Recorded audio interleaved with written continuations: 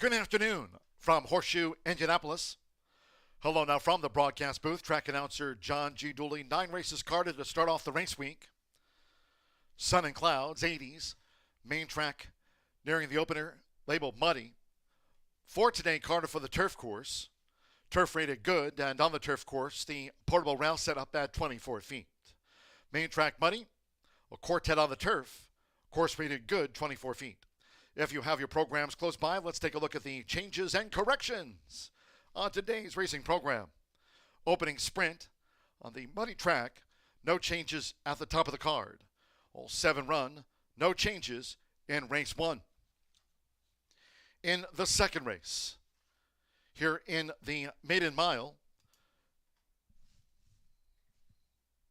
number 2, Innisfree Lad. The owner should read Tracy Frederich. Tracy Frederich, the owner of record for the 2, Innisfree Lad.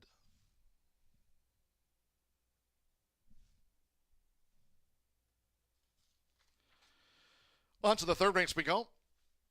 And in the third, turf sprint, scratch number 3, Faithful Ruler.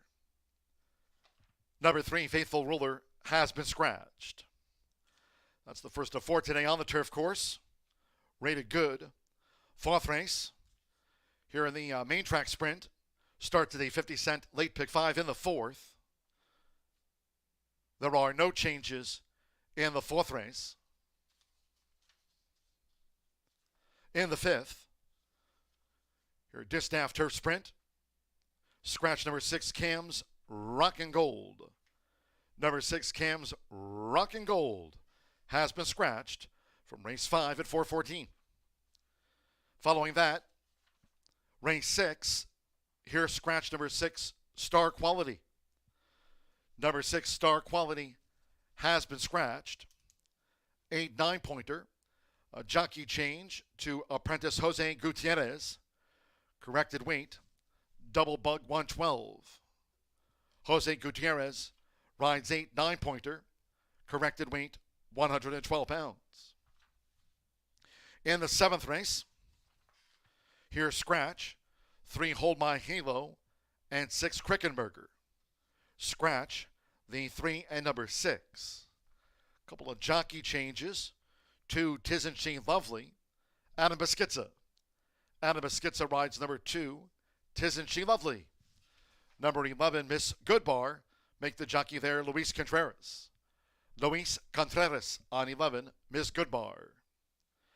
Race 8, last of the 4 today on the turf course. Scratch number 2, Anchorman. Number 2, Anchorman, has been scratched. Number 5, Moogie Sun. And to the ownership, Moger Incorporated of Ed Moger Jr., Stormy Race Stables of Ken Storm Jr., Paul Pimentel also part of the ownership of the 5 Moogie Sun. That is an ownership correction.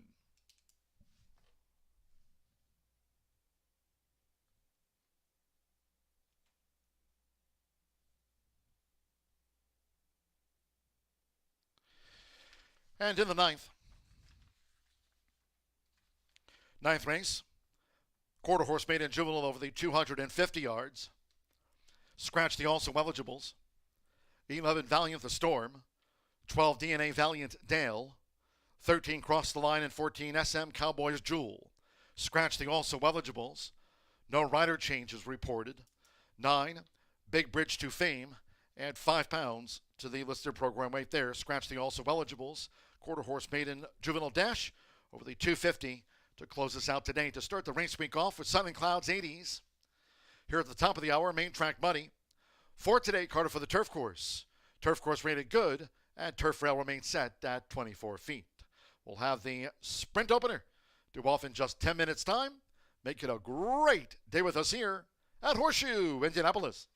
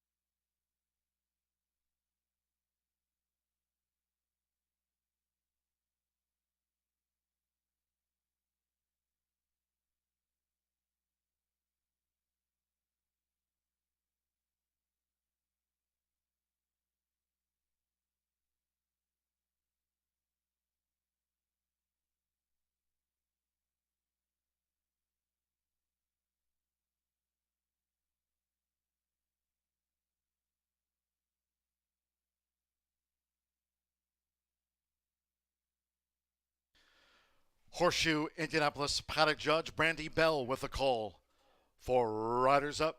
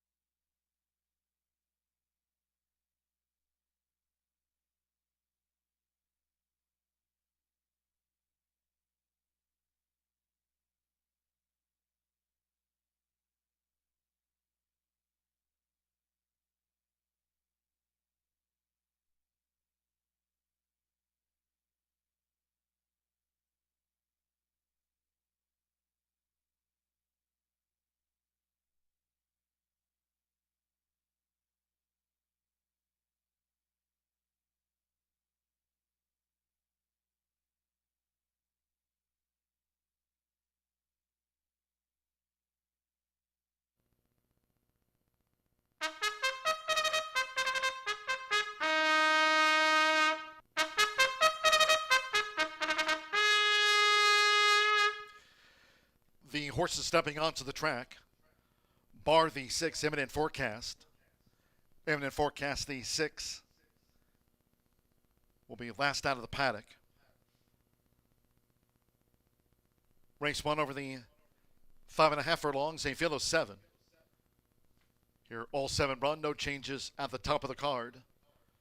7 run, exacta, trifecta, superfecta. Double pick 3 and start to the 50-cent early pick 5. Main track muddy. Muddy at this hour, main track 4, Cardiff for the turf course. Turf rated good, turf rail set at 24 feet. Imminent forecast the 6.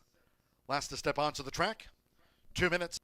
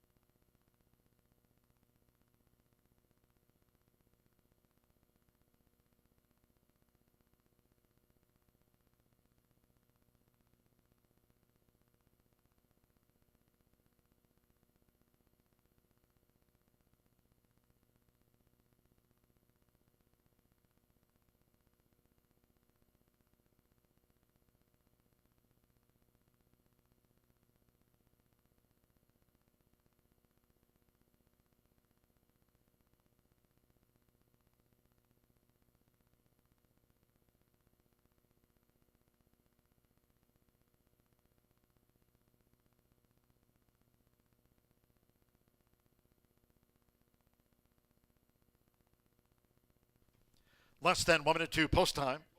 Start to the 50-cent early pick 5. Less than 1 minute.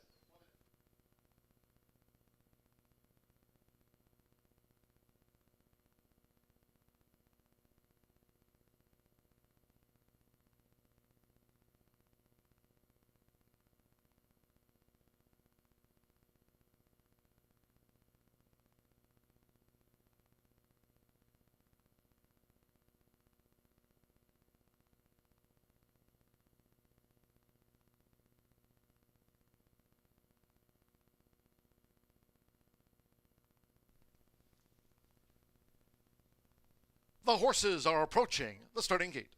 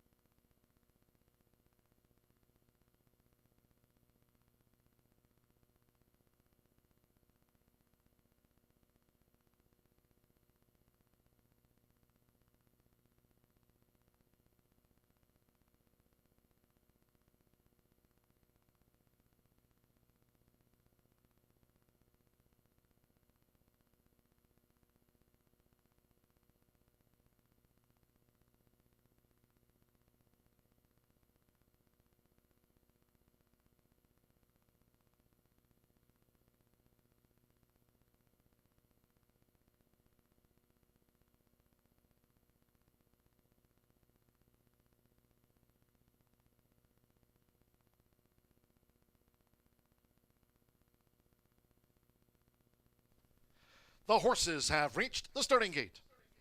It is now post time. They're going in.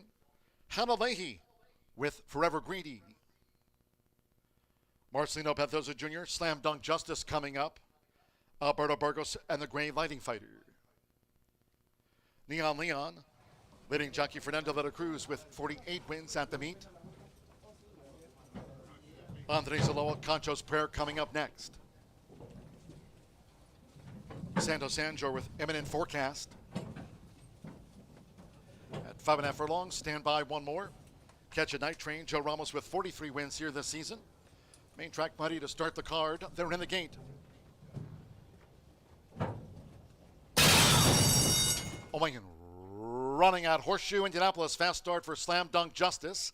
Neon Leon with speed. Imminent Forecast in the orange cap. They're engaged up the inside by Concho's Prayer, who's now making a dash for it for Andres Aloa. Concho's Prayer takes the top as they dash past the half-mile pole. Pressed hard by Slam Dunk Justice, who's pressed out wide by Imminent Forecast. Catch a Night Train's running in fourth at the 3.5. Neon Leon, we trail back 2. Lighting Fighter, who's second to last after breaking a beat slow. Forever Greedy trails here in the Monday opener. The quarter 22.31 seconds, midpoint on the turn.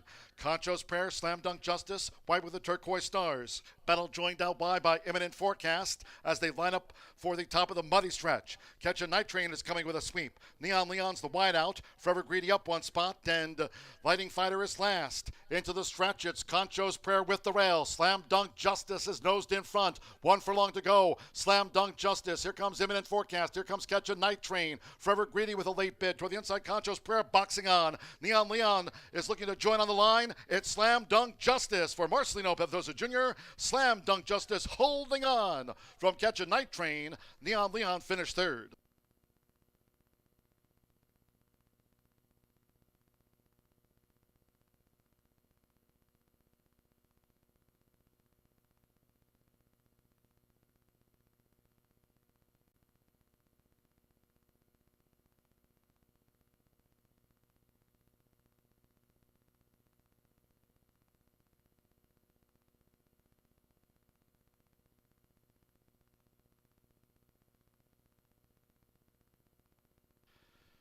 .105.12 seconds, muddy track. 105.12, top of the card with a photograph.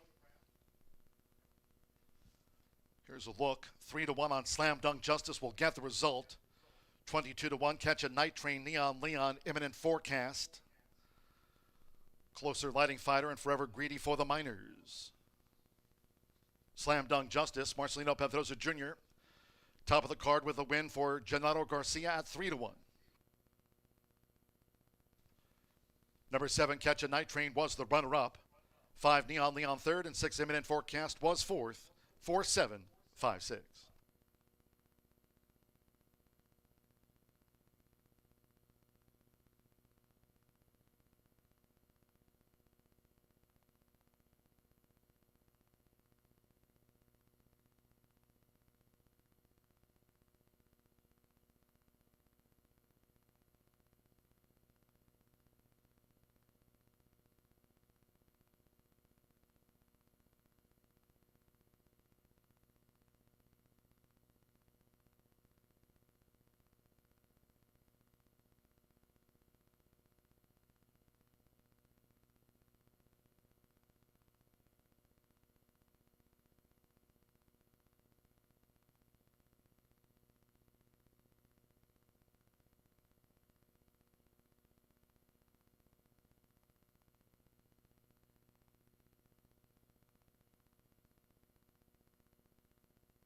The result of the first race official.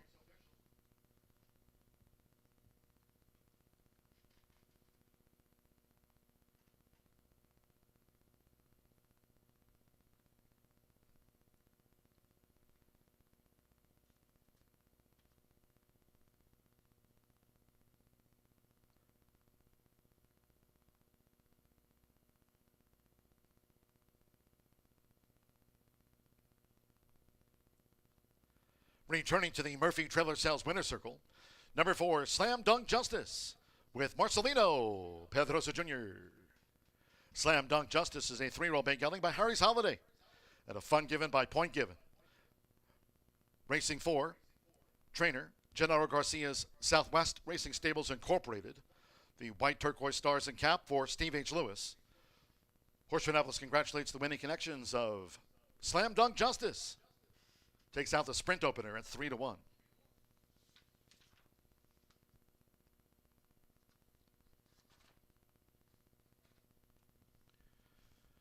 First results in. 4-7 exacta paid $132.80. 50-cent trifecta 475, $171.15. Imminent forecast ran fourth. 10-cent superfecta 4756 returned $151.47. All 7 ran. Muddy track 105.12. 24 minutes away from race 2. Maiden mile. No scratches, no jockey changes, overweights. Exacta, trifecta, superfecta, double pick 3. Start to the $1 early pick 4 with the maiden mile. Post time 2:44 in all cases. If you can, please do try to make your Horseshoe Indianapolis selections and Monday wagers today early. Thank you. Coming up in just a moment, our first race replay of the day. Hope you had a bet on Slam Dunk Justice.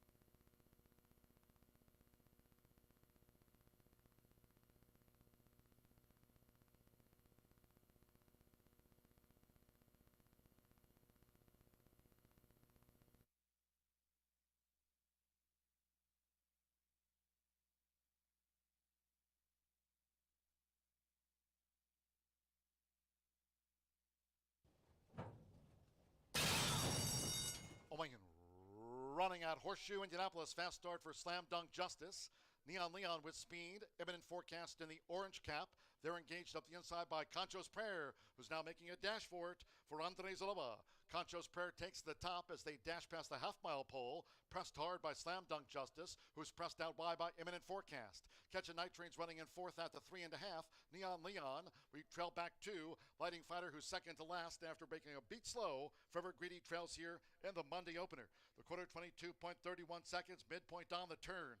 Concho's Prayer, Slam Dunk Justice, white with the turquoise stars. Battle joined out wide by Imminent Forecast as they line up for the top of the muddy stretch. Catch a Night Train is coming with a sweep. Neon Leon's the wide out. Forever Greedy up one spot, and Lighting Fighter is last. Into the stretch, it's Concho's Prayer with the rail. Slam Dunk Justice is nosed in front. One furlong to go. Slam Dunk Justice. Here comes Imminent Forecast. Here comes Catch a Night Train. Forever Greedy with a late bid. Toward the inside, Concho's Prayer boxing on.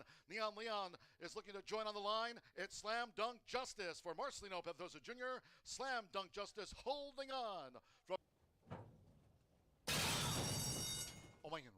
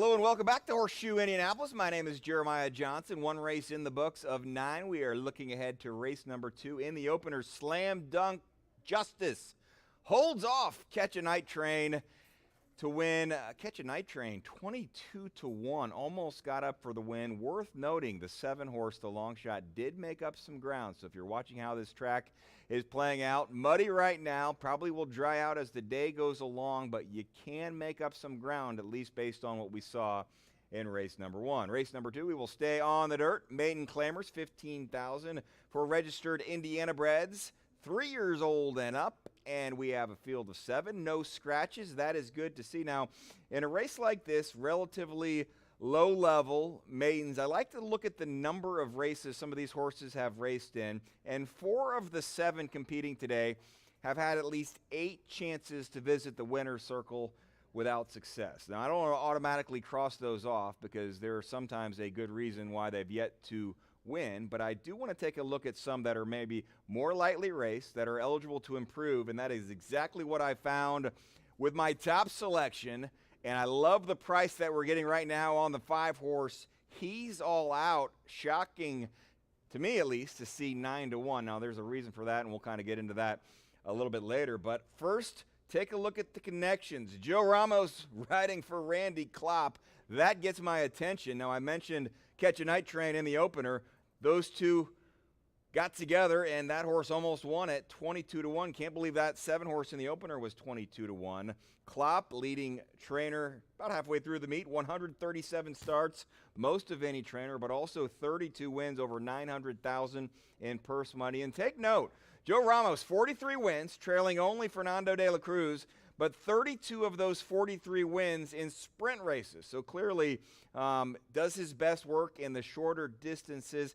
He can also get the job done in races such as this. So again, only 3 races, 3 maiden special weight races for He's All Out. I see an opportunity dropping in class, now 8-1. My top selection is He's All Out. Again, at 8-1. So the reason everyone is getting good odds, with the exception of the 1 horse, and that is, I figured would be a heavy favorite, and it is very much so. The number 1, Hard Scholar, currently 3-5, 9-5 on the morning line. 9th lifetime start, yet to finish in the money. But take a look at those 8 previous races. You see a debut race at Churchill Downs, 2 of them at Saratoga, the last 4 at Gulfstream Park. So, different level of competition this afternoon. Trained by Wayne Catalano. This is just his 2nd horse to race here in this meeting. Should be much more comfortable with his surroundings. Now, speaking of comfortable, also a very good chance, if Hard Scholar breaks well, to be alone on the lead. Now, in the last couple of weeks, that has been deadly. Maybe track a little more fair that you don't have to be up front. But if you are up front and you have a nice, easy lead, Hard Scholar could be tough to beat. So the connections have to like the way this race sets up. And also of note, I mentioned the other tracks Hard Scholar has raced in. The other horses not named Hard Scholar, 50 races, all of them here at Horseshoe Indianapolis. Meanwhile, Hard Scholar, Gulfstream, Saratoga, you get the idea, a much different level of competition. So I only see the 1 or the 5 as the only real legitimate chances to win in this race. If you're starting an early pick 4, I think you can put 1, probably likely, but also put that 5 on your ticket, and I think you will be able to move on. But the next horse I'm going to give you is one that if you're playing a trifecta, maybe put in 2nd or in 3rd. Gets my attention, number 6, My Miley's Vow. A couple of reasons this caught my attention. Again, look at the comment lines. 7 previous races. The first words on my charts in 6 of the 7 are bumped or brushed. Now, different severity in different races, and you can still win if you are bumped or brushed, but harder for a younger horse or a maiden. So can My Miley's Vow actually get a clean trip? Now, logic might say it's not possible. This horse just finds trouble. But we're looking to see if Alex Achard can get My Miley's Vow a clean trip, and if that happens, maybe, just maybe, My Miley's Vow could blow up the tote board, currently 17-1. Eighth start for My Miley's Vow. Trainer Joe Davis looking for his 10th win of the meet. Again, 15-1 on the morning line, not getting much attention. Maybe we'll divert some extra attention on that 6-horse. Put in the trifecta, though. I'm not sure this is a win candidate, but second or third. And to round out the superfecta, we'll move right along in the paddock to Rocadura, ridden by Marcelino Pedroza Jr. He won the opener, so he is going for the early daily double. This is 3-1 on the morning line and not getting much attention right there at 7-1. And again, not much attention for anyone other than Hard Scholar. So I'm going to take a little bit of a longer shot, but again, a very good reason to like that 5-horse. He's All Out. Klopp, Ramos. Put those two together, and you are at least a very good shot at the top 3. I'm going to say a win for the 5 here in race number 2. Good luck.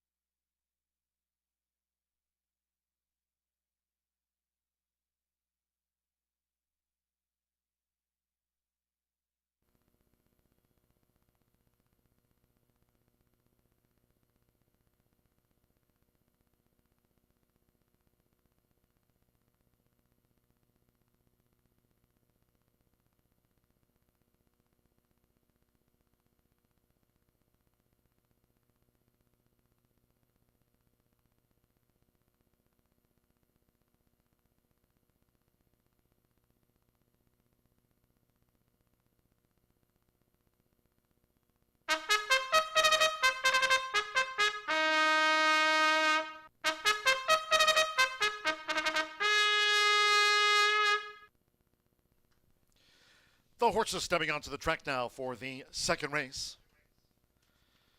In the maiden mile, there are no scratches, no jockey changes, overweights, exacta, trifecta, superfecta. Double pick 3 and start to the $1 early pick 4 here. Main track muddy, turf course, rated good, turf rail at 24 feet. 3 minutes to post time. 3 minutes.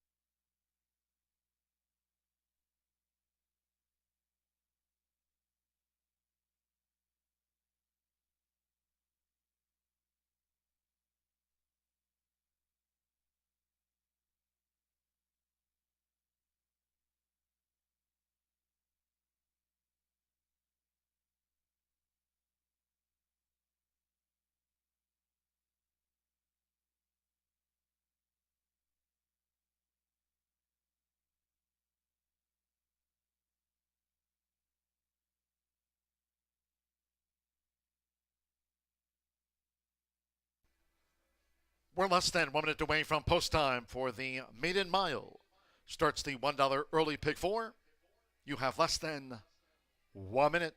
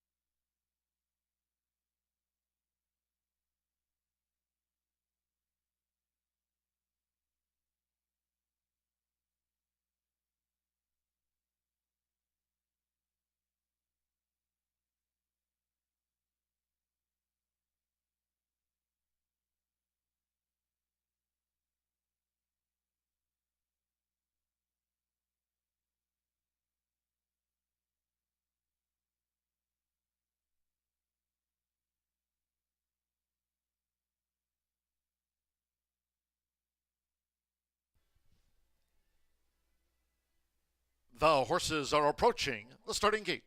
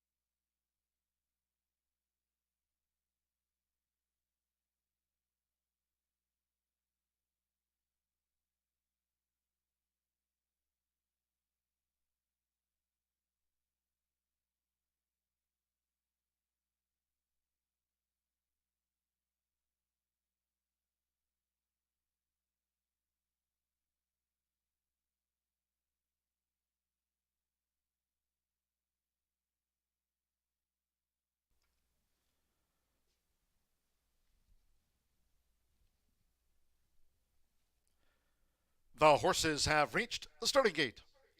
It is now post time. Up comes 2 to 5 favorite. Hard Scholar Javier Padron Barcenas for Green Catalano. Jose Gutierrez Quality Dancer loading. Alberto Burgos with Innisfree Lad. Next, Joe Ramos. Partners He's All Out in the Navy Silks. Roca Dora, Marcelino Pedroza Jr. can claim the opening double.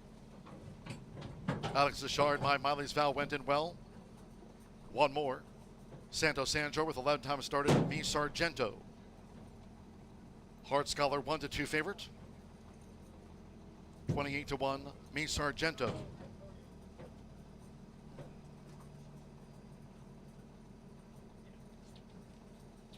The main track remains labeled muddy. Second of the day from Horseshoe Indianapolis. They're in the gate. They're off.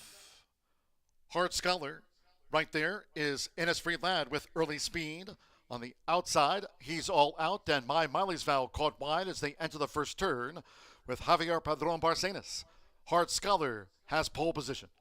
Hard Scholar leads at the 6.5 from Innisfree Lad, who pursues. Second by 2.5. He's All Out is running in third. Rocador in the green silks with, on the outside, My Miley's Vow. Quality Dancer in between horses has the red helmet. And Mi Sargento has dropped back to last. The first 2 of 8 furlongs. Muddy track, it remains 24.87 seconds.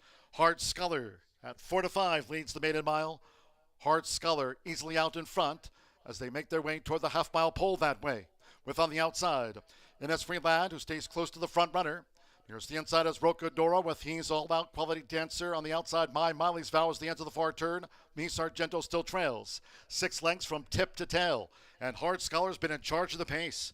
Half mile 49.56. It's Hard Scholar being engaged now by Innisfree Lad between horses. But Innisfree Lad is put to pressure. Hard Scholar moving nicely at the quarter pole. My Miley's Vow third on the far outside. Quality Dancer 3 lengths off this leader. Hard Scholar spins them in. He's All Out tipped wide. Rocadora Mi Sargento was last into the stretch. 3/4 1 minute 14.66 seconds with Javier Padron Barcenas. Hard Scholar still staring at 1 more 16th. Innisfree Lad still pursues hard. To the inside is Quality Dancer. Innisfree Lad is up now to Hard Scholar. Innisfree Lad has passed for Alberto Burgos. Innisfree Lad lands it from Hard Scholar. On the wire in a photo with Quality Dancer close. My Miley's Vow back and forth.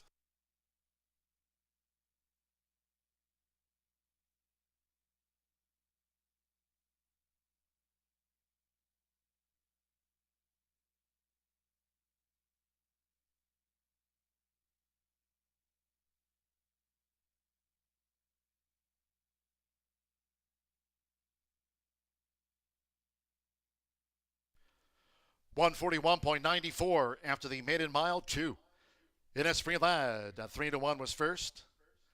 Second, Photograph. A short head between the second and third after the maiden mile. Alberto Burgos, another win here this season, combining with John Harron. 4-5 Hard Scholar, 9-1 Quality Dancer, My Miley's Vow. Rocador was in the green silks and cap. He's All Out Mi Sargento, 141.94. Hold all tickets until official.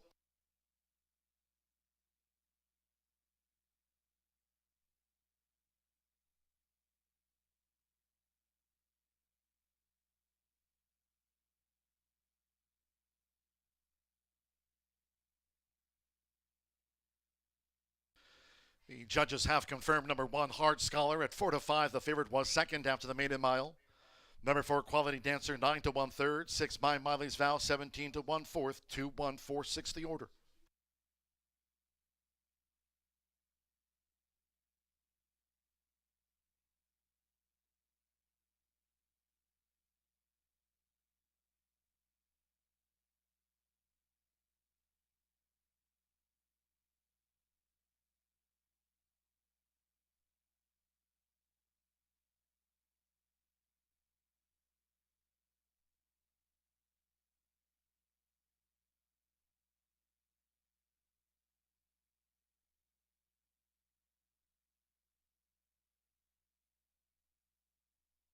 Returning to the Murphy Trailer Sales Winner's Circle, the 2, Innisfree Lad with Alberto Burgos. Innisfree Lad is a 3-year-old dark bear brown gelding by Take Charge Indy. Out of the Greatness Mare, Yehanada.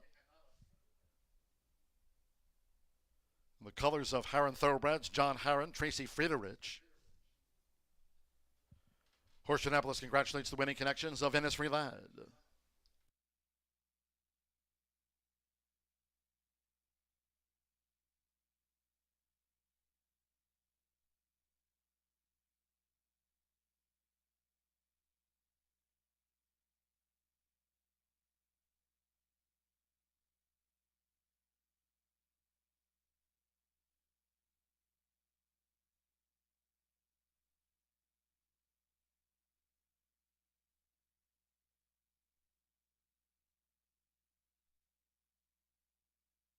The result of the second race is official.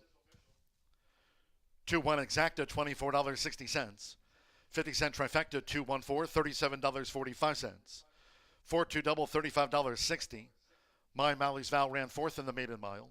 10-cent superfecta, 2-1-4-6, returned $39.87. Favorite, second, all 7 ran.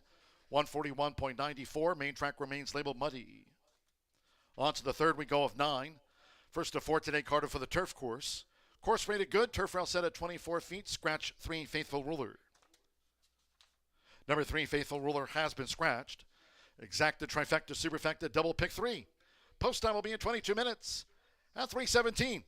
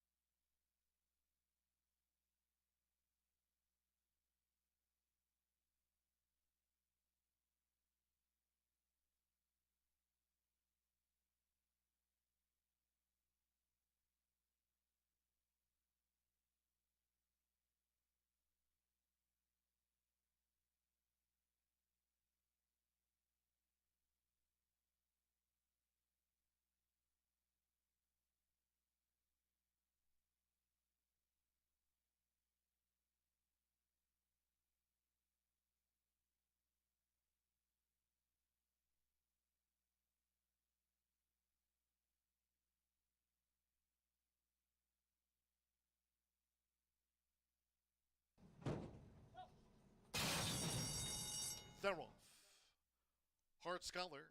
Right there is Innisfree Lad with early speed. On the outside, he's all out, and My Miley's Vow caught wide as they enter the first turn with Javier Padron Barcenas. Hard Scholar has pole position. Hard Scholar leans at the 6.5 from Innisfree Lad, who pursues. Second by 2.5. He's all out is running in third. Rocador in the green silks with, on the outside, My Miley's Vow. Quality Dancer in between horses has the red helmet, and Miss Sargento has dropped back to last. The first 2 of 8 furlongs. Muddy Track, it remains 24.87 seconds. Hard Scholar at 4-5 leads the maiden mile. Hard Scholar easily out in front as they make their way toward the half-mile pole that way. With on the outside, Innisfree Lad, who stays close to the front runner. Here's the inside as Rocadora with He's All Out, Quality Dancer. On the outside, My Miley's Vow is the end of the far turn. Miss Sargento still trails. 6 lengths from tip to tail. And Hard Scholar's been in charge of the pace. Half mile 49.56. It's Hard Scholar being engaged now by Innisfree Lad between horses, but Innisfree Lad is put to pressure. Hard Scholar moving nicely at the quarter pole. My Miley's Vow third on the far outside. Quality Dancer 3 lengths off this leader. Hard Scholar spins them in. He's all out, tipped wide. Rocadora, Miss Sargento was last into the stretch.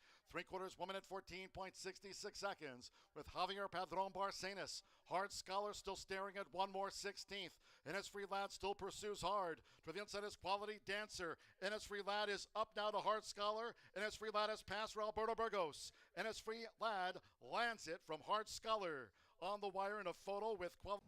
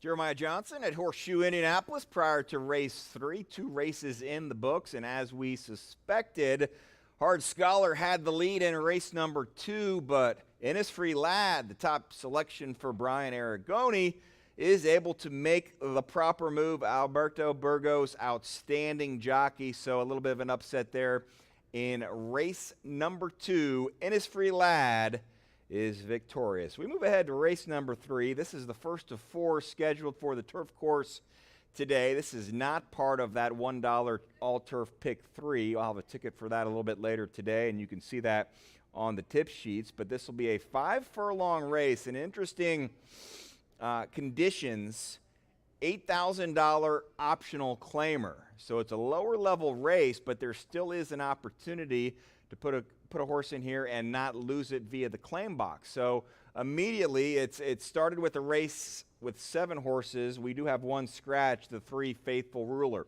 So we're down to 3. 3 of the 6 could be claimed today, the other 3 protected. So I guess immediately I'm going to favor those where their trainers or their connections do not want to lose the horse. And I looked at Brian Aragoni's picks a short time ago. We actually like the same 3, but in a different order. My first selection is going to be the 6 horse, currently odds at 7-2, English Tide. And a couple of reasons why this one really caught my attention, one of which is coming over from Betfair Park, and the last 2 races, pretty good speed figures. Equibase speed figure of 80. In fact, in 2 of the last 4 races, this horse had an 80 speed figure. Second in that last race, and a winner 2 back, again, on the turf at Betfair, or Belterra Park, I should say. Got my BTPs confused. Belterra Park. So off the turf at Belterra Park, and then before that, this horse was running on the poly at Turfway Park. So trainer Haley Hester, just 1 start at this track. Orlando Boca Chica, first start of the meet. So the jockey comes in, they feel good about their chances, and I think even more than that, they really like this opportunity to go for this race and not risk losing English Tide, the claim box. So I will put the 6 on top at 3-1 English Tide. The favorite last race was the 1 horse. The favorite in this race expected to be the 1 horse as well, and that is Spoke. Now, Spoke is sort of one of these obvious selections when you look down, has a common race against some in this field, has a nice inside draw on that turf course. And you have Marcelino Pedrosa Jr., the jockey, already 1 win today. Look at the last race, June 24th. Spoke was victorious against a couple of horses that are racing today, the 4 Into the Sunrise and the 7 Zumbi. Of those 2, I like Zumbi a little bit better. Also defeated the 3 horse who would have been in with a shot here, Faithful Ruler, had that horse not scratched. So Spoke 3-2 though, and here's my take at the odds and where the money's going right now. I think 1, 5, and 6 fairly evenly matched, but a significant difference in terms of the win pools, 3-2, and I don't think I would be very interested in a win bet. Now, if you're going to start a pick 3, perhaps, maybe single on an early daily double, and you're very confident in Spoke, that could be something you'd like to do. You see a couple of the speed figure is actually better on the 6 that I just mentioned than the 1 Spoke as of late. So still a very good chance. Currently 4-5, maybe closer to even money when they start running the 1 Spoke. My third selection, Prince of Pennies, who you see in the paddock right now, 7-1, a great price. A trainer outstanding, Michelle Elliott. Looked up some numbers for Michelle Elliott. 21 turf races here at Horseshoe Indianapolis. 5 wins, 3 seconds, 1 third. So 9 in the money, 21 turf races. So again, this is the first of 4 turf races today at Horseshoe Indianapolis. Do want to let you know the main track has been upgraded to good. So we're good on the turf. We're good on the main track. Expected that when we started muddy on the dirt with this sun shining in Shelbyville to have an upgrade there. But again, I think it's a 3-horse race. I think it's either the 6, the 1, or the 5. Brian Aragoni's order is 5, 6, 1. So 5 or 6, if it goes 5-6 in that exacta, it'll pay nice. If the 1 is up there, the payout will not be as good. But again, I think it's wasn't quite locked into race number 2. Brian had that one. I was a little more accurate in race 1. That's sort of what happens. I love the quote from John G. Dooley earlier today. Maybe he said that to you many other times. It's a made-to-make money Monday, so let's make some money in race number 3.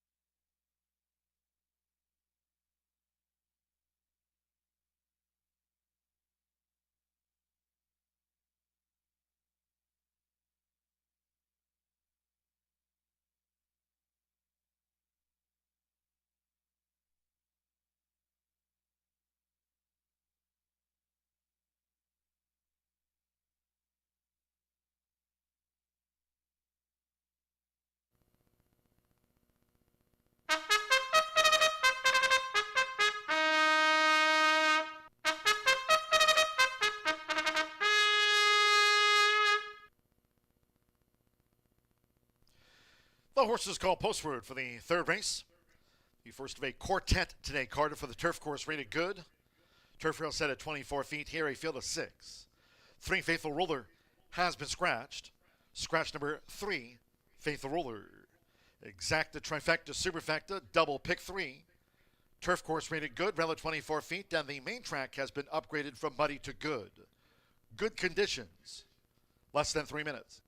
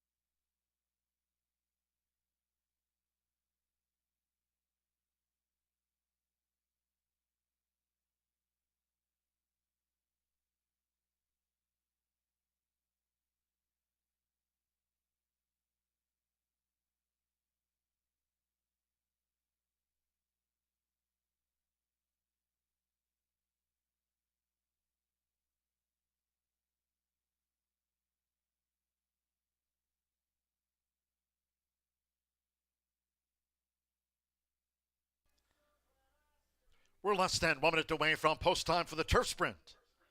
Less than 1 minute.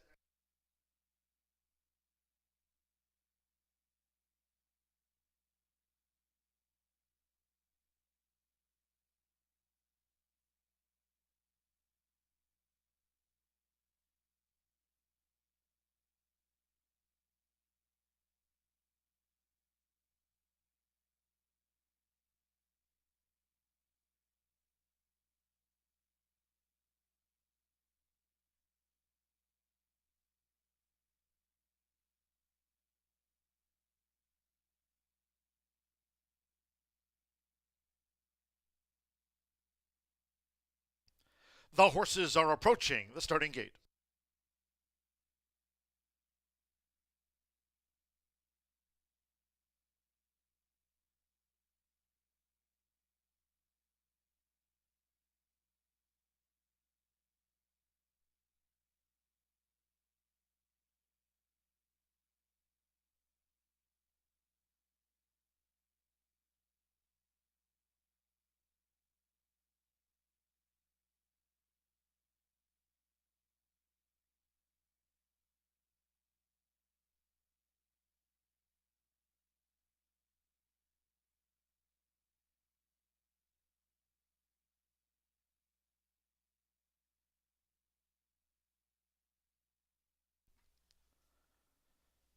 Crossing over to the turf course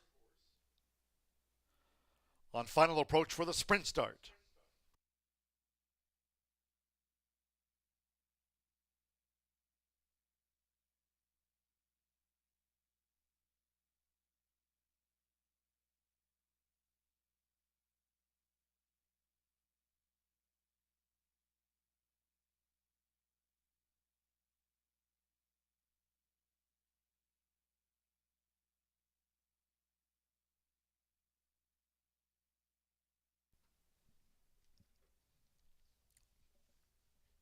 The horses have reached the starting gate. It is now post time. Post time where it's 3-2 on Spoke. Marcelino Pedrosa Jr. won the opener. Slam Dunk Justice and Innisfree Lad, our first two main track winners. Sando Sanjor with Golden Hornet has joined Spoke. Abed Jimenez with Into the Sunrise. Jose Gutierrez, Prince of Pennies, has the white dots on the black sleeves. Orlando Boca Chica with English Tide. 5 furlongs. One more, Chris Amy with Zumbi. Spoke now 6-5 favorite. Of course, good rail at 24 feet. Oh, the Roffin sprinting. Oh, Spoke wasn't ready. The starter caught Spoke napping. Fast start for English Tide along with Zumbi nearest the inside. Here's Golden Hornet, who's making a dash for it now for Sando Sanjor. Golden Hornet speeds to the front as they go past the half-mile pole. The gray is English Tide, who pursues Into the Sunrise in the red helmet. Zumbi in the leading quartet. Prince of Pennies running second to last in a slow start has left Spoke with catching up to do as they barrel around the far turn, aiming for Golden Hornet. Golden Hornet dictates the field at 13-1. The quarter 21.19 seconds. Golden Hornet hits the quarter pole with a 2-length lead. Zumbi Into the Sunrise. Spoke is coming up the inside. Here's Spoke now slipping through for Marcelino Pedrosa Jr. Spoke's right off the leader's heels. Golden Hornet 1 furlong to go as Into the Sunrise tries to keep Spoke in a box. Spoke is in tight quarters. Spoke is forced to switch out. Zumbi's in the clear for Chris Amy. It's Zumbi who's taking the lead. Spoke continues to charge. Into the Sunrise Golden Hornet. It's Zumbi. And Zumbi to win it from Into the Sunrise. Spoke was left with too much to do late. Then Golden Hornet from next across was English Tide. We trail back to Prince of Pennies.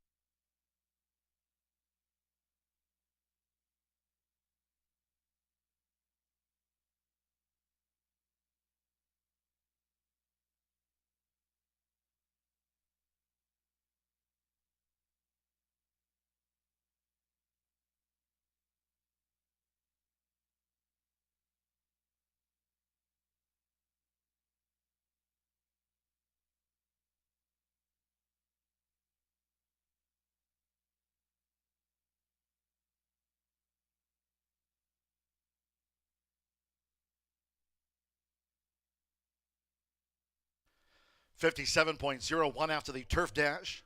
7 Zumbi. We'll take it out at 7-2. Second up to the judges. Hold all tickets until posted official. Zumbi, Chris Amy, Brittany Vandenberg. A Marsico Brothers Racing win. Zumbi for a 5th career triumph. 4 Into the Sunrise at 13-1 was second. A short head to the 1 Spoke. 1 to 2 third and 2. Golden Hornet at 13-1 fourth. 7-4. 1 ran third and the 2 was fourth.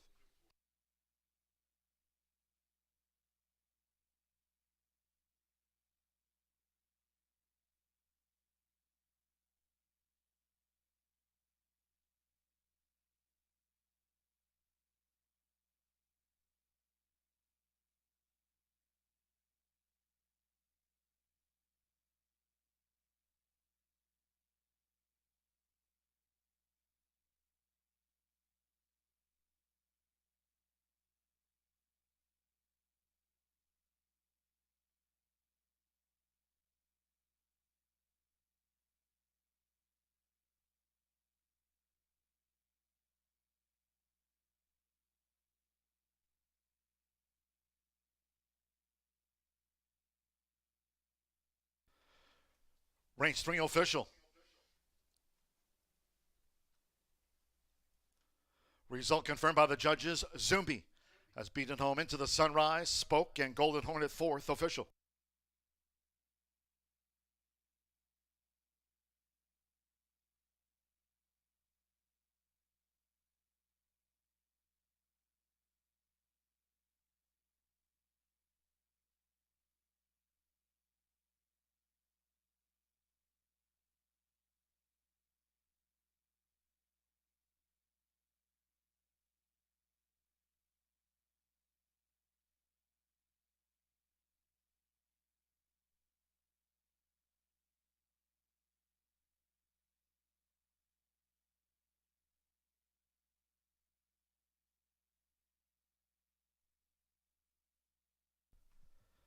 In the Murphy Trailer Sales Winner Circle, the 7, Zumbi with Chris Amy.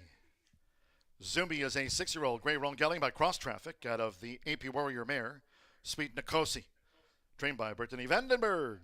For Marsico Brothers Racing LLC, Horseshoe Indianapolis congratulates the winning connections of Zumbi. Paid 7-2.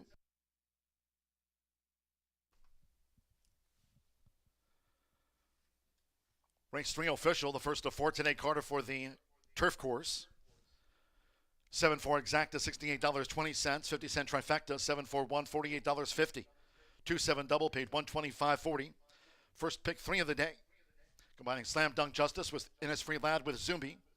50-cent pick 3, $93.55. Golden Hornet ran 4th in the turf sprint. 10-cent superfecta, 7-4-1-2, $30.27. 3 was a non-runner. Favorite, 3rd. 6 ran, 57.01. 4th race, main track now upgraded from muddy to good. Main track and turf course both with good ratings. Here in the sprint, no changes in the 4th, all 7 run. Exacta, trifecta, superfecta. Double pick 3 starts to the 50-cent late pick 5. Low, 11.99% takeout on the pick 5s here all season long, with that low takeout in the pick 5s. Post time 3:48.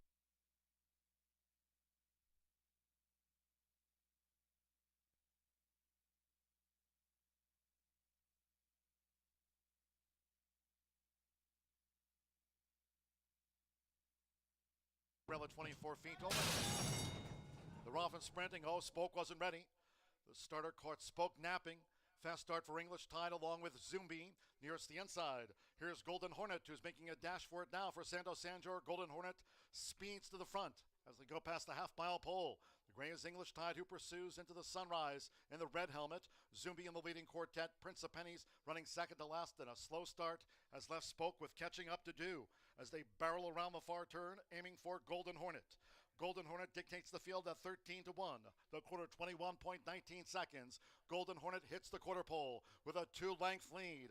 Zumbi into the Sunrise. Spoke is coming up the inside. Here's Spoke now, slipping through for Marcelino Pedrosa Jr. Spoke's right off the leader's heels. Golden Hornet 1 furlong to go as Into the Sunrise tries to keep Spoke in a box. Spoke is in tight quarters. Spoke is forced to switch out. Zumbi's in the clear for Chris Amy. It's Zumbi who's taking the lead. Spoke continues to charge. Into the Sunrise Golden Hornet. It's Zumbi. And Zumbi to win it from Into the Sunrise. Spoke was left with too much to do late. Then Gold Umbrella 24 feet only. They're off and sprinting.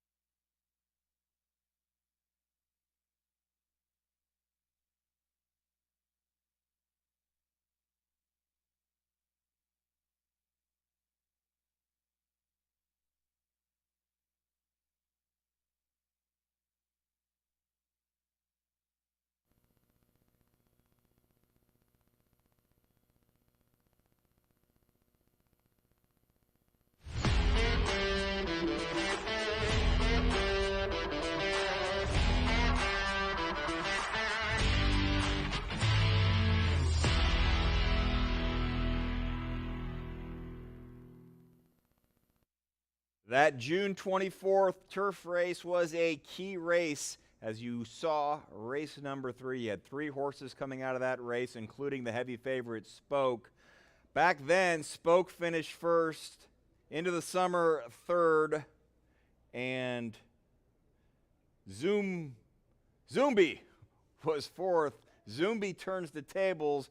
Zumbi gets the win. Spoke, though, is one you want to keep your eye on because Spoke left at the gate, then encountered traffic coming for home and finishes 3rd. Probably the best horse, but the best horse does not always visit the winner's circle. My selections, much to be desired about the 5 and the 6. So we will turn the page. We'll move on to race number 4, and it is the start of the late fire 50-cent pick 5, that low 11.99% takeout. Brian Aragone's ticket will be on the screen shortly. He is locked in. He has a single in race number 7. He's going to narrow things down just a little bit to start the late fire pick 5. I'm a little concerned because I went a different direction. So a little bit later you'll see Brian's picks. I'll share those as well. But I'm going to start with what is currently the favorites. So at least the money right now is with my top selection, and that is on the rail. And that is the 1 horse here in race number 4, Signature Day. Sammy Bermudez has the mount. I'm going to look back to 2nd and 3rd race of Signature Day's career. Last fall here at Horseshoe Indianapolis. 6 furlongs, 5.5 furlongs, equibase speed figures of 70 and 71. Now, has not really been able to replicate that, but dropping down in for the tag for just the 2nd time. Last start was in a 12-5 non-winners of 2 claimer on the turf here at Horseshoe Indianapolis, and 8th beaten 10. But before that, mostly in allowance company and on the dirt, and the track we should note right now is listed as good. And I think Signature Day will do the late running. I looked at this race as one that had a significant amount of early pace, and I did think by what we've seen in the first couple of dirt races today that you can make up ground. Again, the last couple of weeks, especially Indiana Derby weekend, you needed to be on or near the lead, or really on the lead.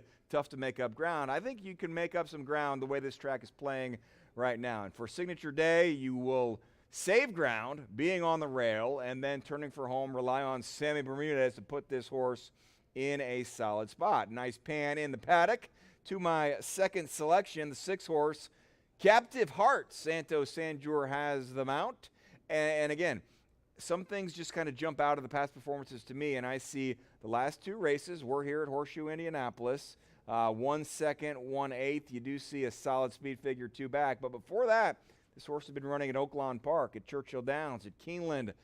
Started its career in a maiden special weight $120,000 race at Churchill Downs, and the 1 win, breaking the maiden claimer 12-5 at Oaklawn Park. So you would think that that would set this horse up well for this race.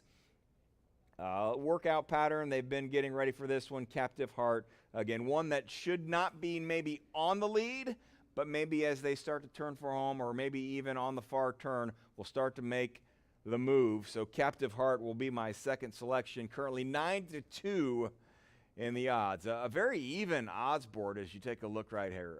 5-2 on Signature Day is the favorite. I'll call that a lukewarm favorite. The 2nd choice there at 5-2. My 3rd selection is Charlina, the 4, and you have to give credit to Alberto Burgos, great jockey last year in 2024, the leading jockey. Might not pass Fernando de la Cruz or Joe Ramos this season, but he certainly knows how to visit the winner's circle. 11-1, so the 2nd longest shot on the board for Charlina. Stephen Fosdick has 2 in this race, and I like this one a little bit more. And again, this is one that also raced previously. This is the first start in Stephen Fosdick's barn. Did race most recently June 16th here at Horseshoe Indianapolis, but then had 4 straight races at Oaklawn Park, including most recently April 12th. So we'll see if this field, if this competition is more to Charlina's liking. I see this as the potential pace setter. So we'll see what happens. I think it'll be contested on the front end. They'll be fighting to see who can get there but perhaps Charlena is the one. And I got to mention Air Force Lightning. I'm a little concerned. I've got that horse in my 4th spot.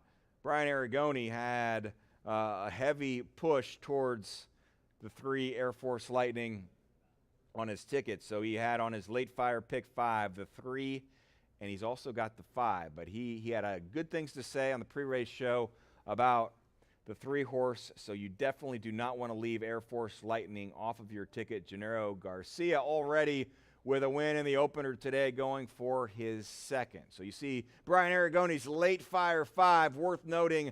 I do agree with him there in race number 7 that 5 horse, Yes Indeed. That is the race I have a live long shot, but I think Yes Indeed will be a solid favorite in race number 7, and if Yes Indeed does not win, then perhaps my live long shot, Isn't She Lovely, will come home. But he is singling the 5 in race number 7. Kind of narrow to start here with the 3 and the 5. I like the 1, Signature Day. Currently 4-1. We'll see what happens. Good luck to you, and get your late fire 5 tickets in right now. Just over 5 minutes until post for race number 4.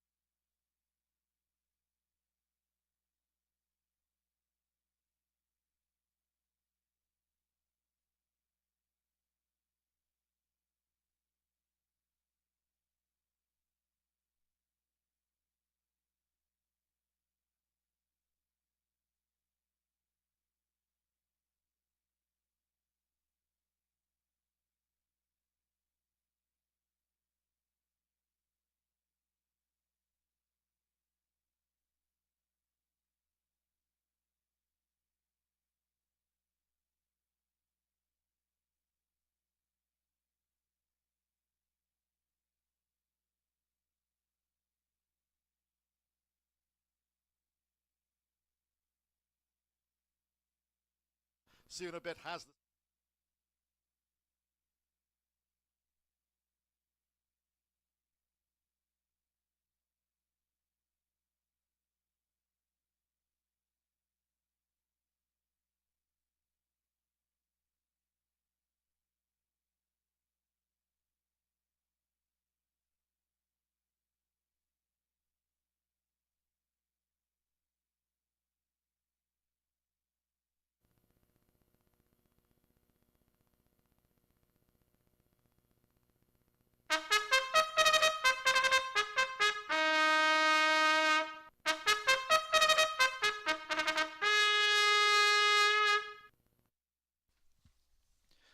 the horses called posted now for the 4th race.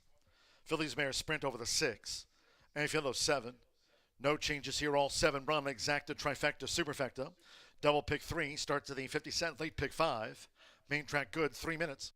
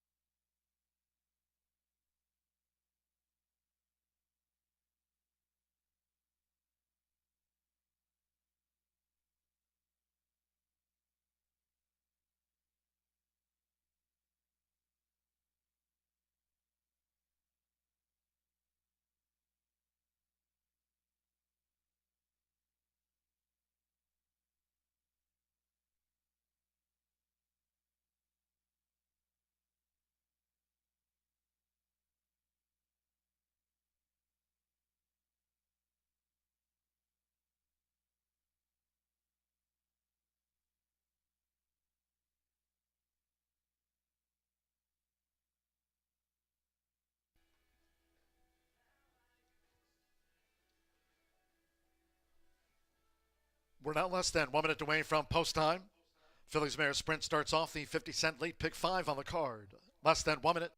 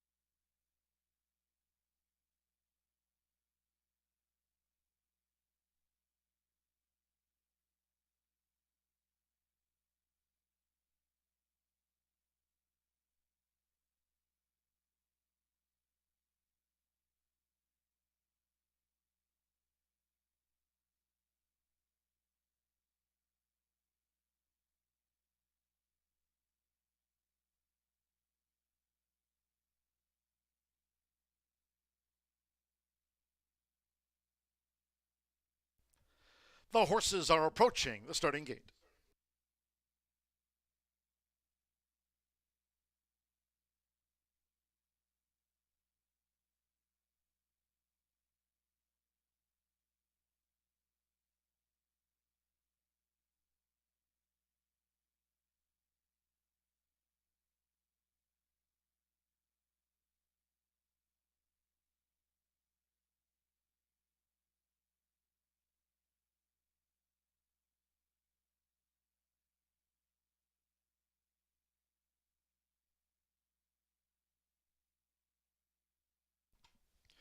The horses have reached the starting gate. It is now post time. They're going in. Sammy Bermudez with Signature Day. First into the True Center starting gate. 3-2 favorite Signature Day. Charlina Alberto Burgos on the Monday score sheet. Joe Ramos and Collected Success True 5. Here all 7 run. Rogelio Miranda with La Lily. Santos Sanjor, Captive Heart Loads. Jose Gutierrez with Air Force Lightning. At 6 furlongs. Here the start to the 50-cent late pick 5.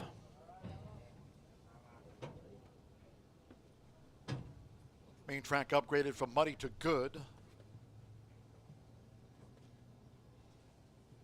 Turf course also rated good, relative 24 feet on the turf course. So stand by. One more. Hanalehi Sanitarium coming up. Joins up at 32-1 odds. 8-5 Signature Day. All in. And they're off. Sanitarium broke sharp. Here's La Lily with the red helmet now going out toward the front for Rogelio Miranda. La Lily. La Lily has the pace to lead the race after a sharp start. Sanitarium tracks and Signature Day. Down a couple more pegs and classes, running in third in the maroon cap, while racing a length in front of Captive Heart, who's running in fourth as La Lily stretches them out as they make their way toward the far turn.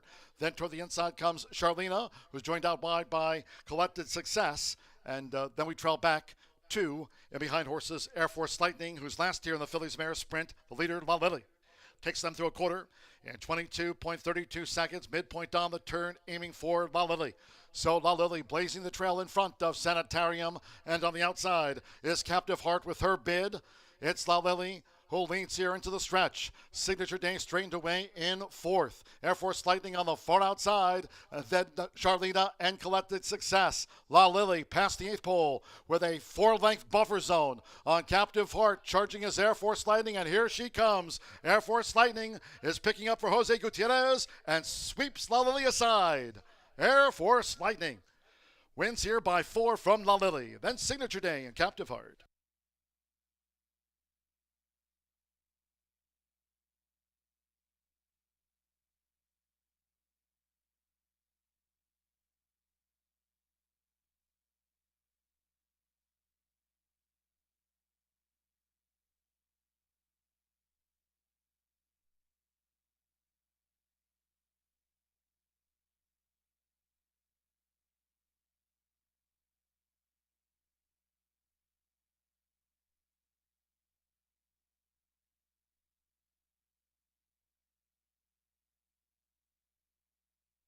$112.16 after the Fillies and Mares dash.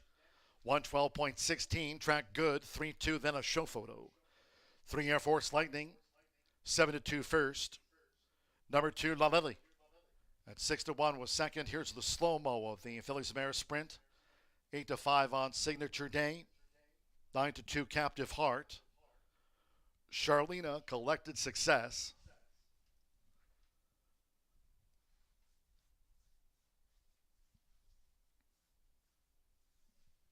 Jose Gutierrez giving Gennaro Garcia a couple of wins on the card. The judges have posted 1 Signature Day third and 6 Captive Heart confirmed fourth after the sprint 3-2-1-6.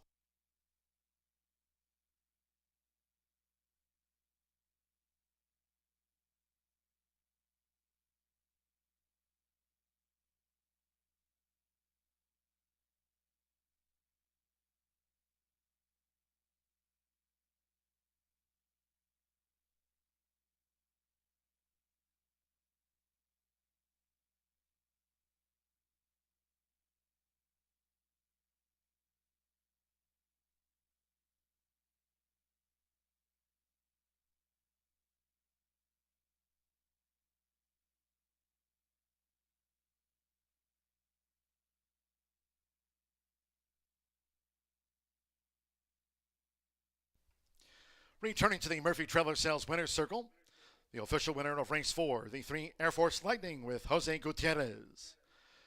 Air Force Lightning is a 3-year-old dark bear brown filly by Air Force Blue at a sachet by Stroll. Racing for trainer Gennaro Garcia, Southwest Racing Stables Incorporated, and Normando Jimenez Racing Stable LLC. Horseshoe Indianapolis congratulates the winning connections of Air Force Lightning. Takes out the Fillies Mare Sprint at 7-2. Results in 3-2 exacta, $56.20. 50-cent trifecta, 3-2-1. Signature Day was third, Captive Heart fourth, $35.50. Pick 3, $114.10. 7-3 double, $56.40. 10-cent superfecta, 3-2-1-6, $22.49. Favorite third, all 7 ran, 112.16. Race 5 is next on the docket. Start of the $1 Horseshoe Hat Trick All Turf Pick 3. Scratch number 6, Cam's Rockin' Gold. Number 6, Cam's Rockin' Gold has been scratched. Exacta trifecta superfecta. Double Pick 3. Starts of the $1 Late Pick 4 presented daily by Itoba. All Turf Pick 3. Course good, rel at 24 feet, and the main track good. Post time in 20 minutes at 4:18 post time.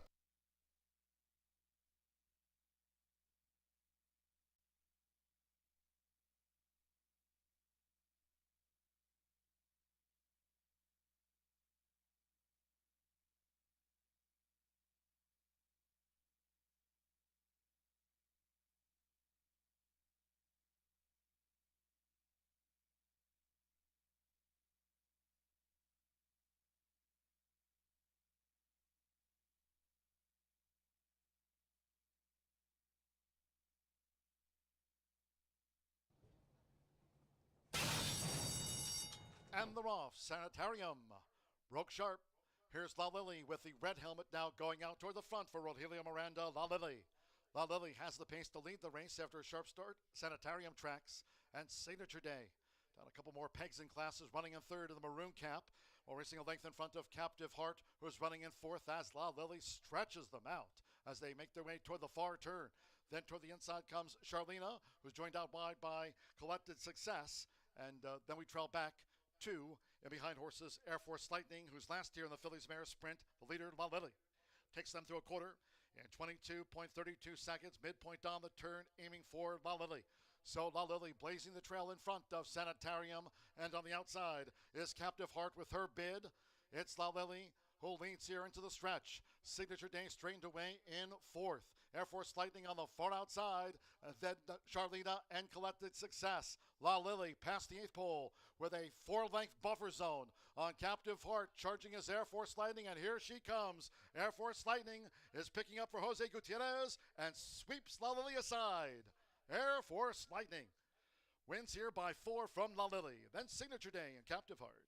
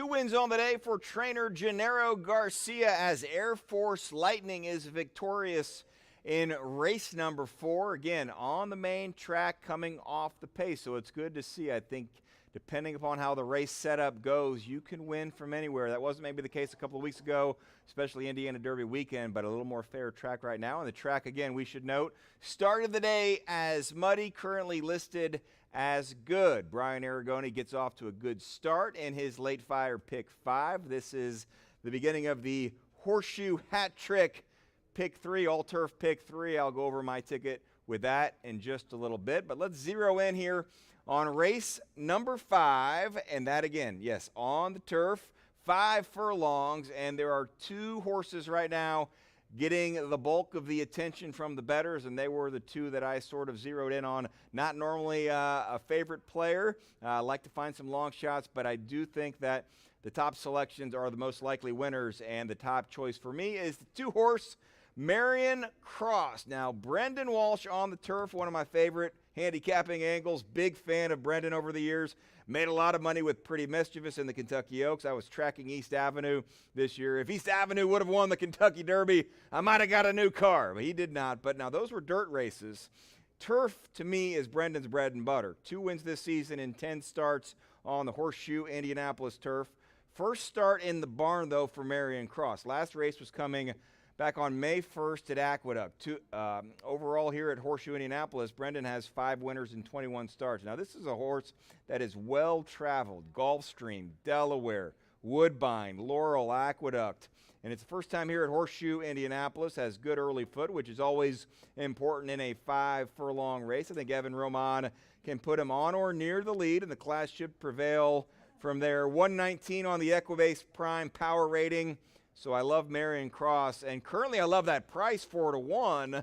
He's favored in the Will Pays for the pick 3, pick 4, and pick 5. Slight favorite, but currently getting 4-1 as compared to the second choice on the Will Pays, but the favorite in the win pools, and that is the 3-horse Slang. Now the connections also have my attention. Mike Maker trains.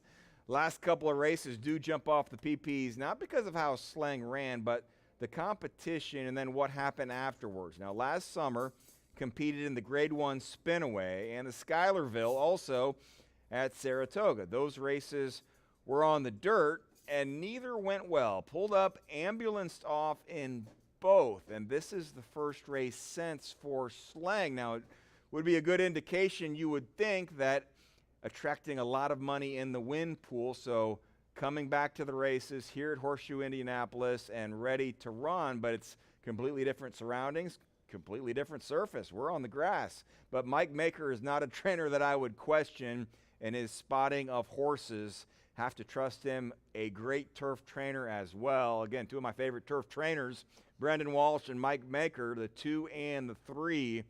So Joe Ramos also aboard. I know there are other horses in this race, but it looks to me like a 2-horse race. The long shot that I like the most, I've got in third, is the 7 Classic Claire. 7-2 on the morning line, currently 9-2, so not far off. Getting a little bit better value there. Mitchell Merle is up for Greg Foley. Finished second here on June 11th to a quality filly named Pondering. That was also a Brendan Walsh trainee. Pondering finished second in the P-Patch at Ellis Park last week. And now, based on those middle race pace numbers, I'm going to be watching to see who gets in the best position to make the move on the turn. To me, Classic Claire or Marion Cross, neither one maybe want to be on the lead, but who can get the jump? I still favor Marion Cross, but if Classic Claire and Mitchell Merle can get the early advantage, they might have enough to hold on as they turn for home. Just the 9th horse this meet for Greg Foley at Horseshoe Indianapolis, and one I don't think can win but could get second or third is the 9 Gold Del Mar. I normally don't like a deep closer in a 5-furlong race, but on the turf anything can happen. And again, we've seen Saturday we saw a deep closer in a sprint race on the turf, and so really anything can happen on the grass. Gold Del Mar could be running late. I would expect the 9 maybe to have a shot to pick up the pieces. This is my Horseshoe hat trick all-turf pick 3 ticket. Hope Brian Aragoni did not jinx me. He said on his early analysis nearly guaranteed to win. No such thing as a guarantee, and not guaranteed to pay well depending upon which horses come in where. I guess my key to a profitable ticket would be that 2-horse in race number 7. I know Brian really likes the 5-horse in race number 7. My live long shot in race 7 is the 2. So if I could somehow be successful with Tisn't She Lovely in race 7, everything else would be fantastic. I think I'll get through, though, with either the 2, 3, or the 7 in the first leg. And then race number 8 is the final thoroughbred race of the day. I'm going to spread quite a bit in that race. Could go any number of directions. I could really zero in if I had to pick just one horse or two. I think go What's Her Trainer. The 3 is my top selection in race number 8. But again, like to spread in those turf races, and especially the last leg. If you're alive, I like to see those will pays to dream a little bit. So that is my Horseshoe Hat Trick all turf pick 3. Again, races 5, 7, and 8. And you still have time to get in on that $1 late pick 4. Has been a great addition to make that a $1 minimum this meet, and some nice payouts as well. So should be a good race in race number 5, but my attention is focused on the 2 and the 3, and I'm going to go with Brendan Walsh and the 2-horse at 7-2 here in race number 5. Good luck.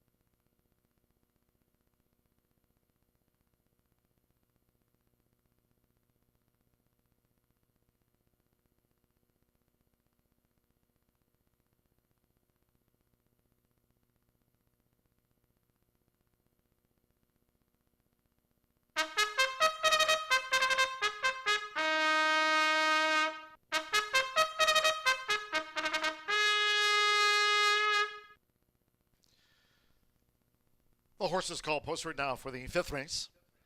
Fillies Mares Turf Sprint over the 5 furlongs, a field of 8. Number 6, Cam's Rockin' Gold has been scratched. Scratch the 6. Cam's Rockin' Gold. Exacta Trifecta Superfecta. Double pick 3. Started the $1 late pick 4 presented by Itoba. Fillies Mares Turf Dash. Opening leg of the $1 Horseshoe Hat Trick All Turf pick 3. If you're just joining, turf course here, rated good. Turf rail set at 24 feet this race week. Main track good for the late pick 4. Closing in on post time. 2 minutes.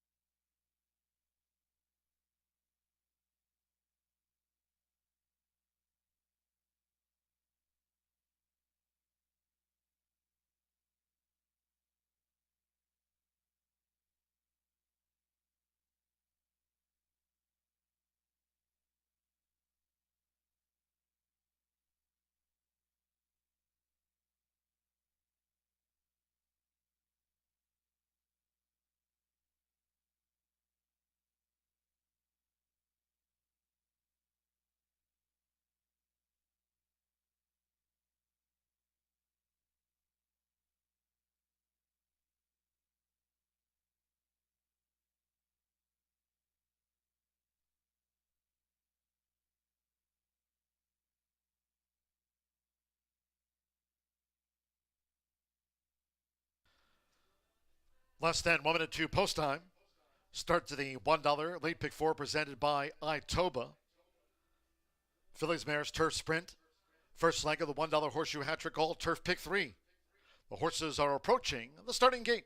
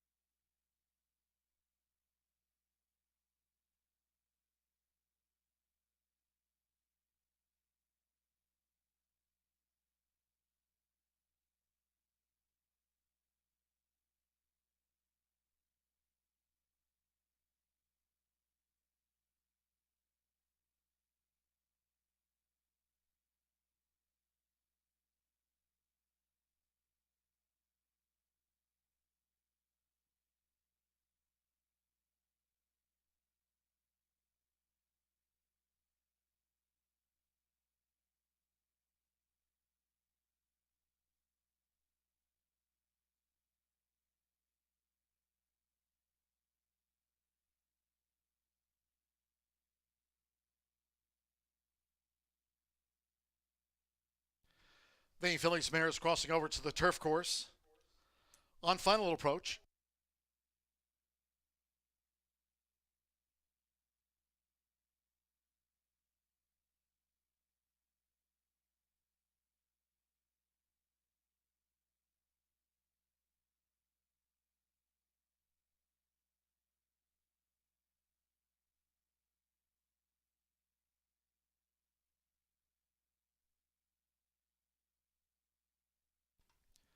The horses have reached the starting gate. It is now post time. Loading for this Phillies Mares Turf Sprint. First in Spotty Showers would be a double for Jose Gutierrez. Marcelino Pedroza Jr. with Little Sister Sue. Evan Roman, Marion Cross loaded. Mitchell Morrow, Classic Claire coming up. Marion Cross 9-5 favorite. 7-2 Slang and Classic Claire. Joe Ramos Slang is in. Santo Sanjo with Mom's Palace, just a couple of them back. Oscar Villarreal, Strawberry Lemonade drew 4. Of course, you're good, Rella 24 feet. One more Alex Achard with Gold Del Mar. Here's Gold Del Mar. Gold Del Mar going in on the far side. They're in the gate. They're off and sprinting. And a fast start for Marion Cross and the Claret, right out toward the front for Evan Roman. Between horses is Slang. Right there, Strawberry Lemonade with the white cap. Classic Claire has come out running in fourth, making the dash past the half-mile pole. Mom's Palace is fifth. Gold Del Mar is on the far side, racing last but two. The Trillers are Little Sister Sue, and Spotty Showers held up in last. It's Marion Cross. Marion Cross leads with 3 furlongs to go. First run since the Spinaway 2024 for Slang, who pursues.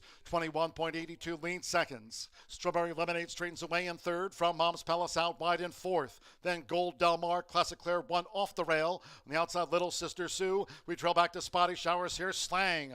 Slang for Joe Ramos with 1 furlong to go. Slang has collared Marion Cross coming down toward the final half furlong. Then Classic Claire with a late bid. And on the outside, Mom's Palace, but they're close to home. It's Slang. Slang getting there yard by yard, and Slang. Slang scores on comeback by just over 2 from Marion Cross. Little Sister Sue was third, Mom's Palace fourth. Then Gold Del Mar, Classic Claire, Strawberry Lemonade, Spotty Showers.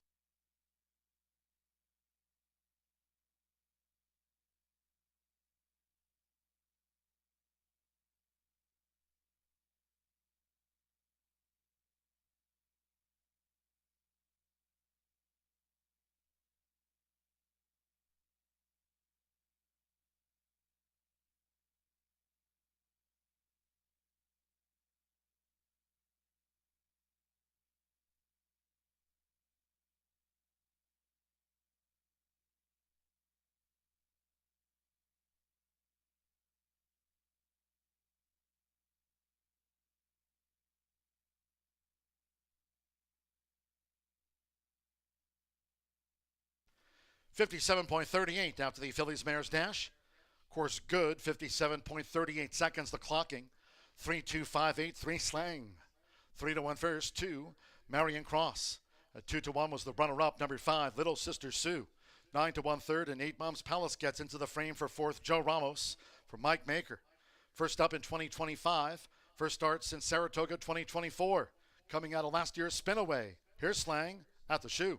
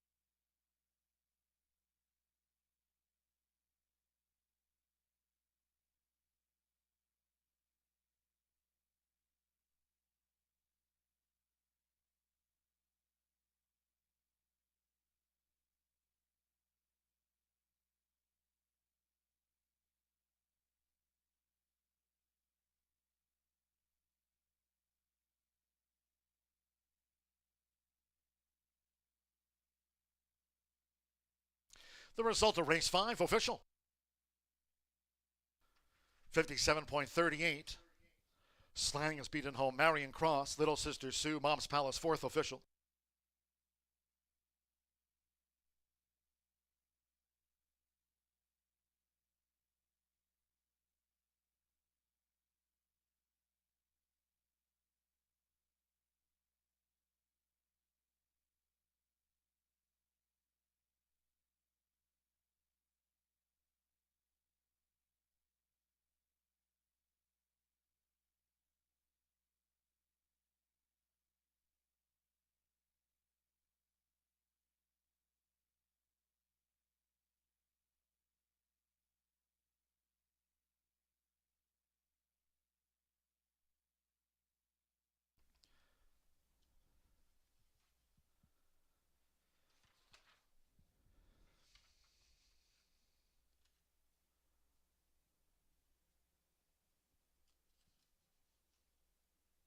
Returning to the Murphy Trailer Sales winner circle number 3, Slang with Joe Ramos.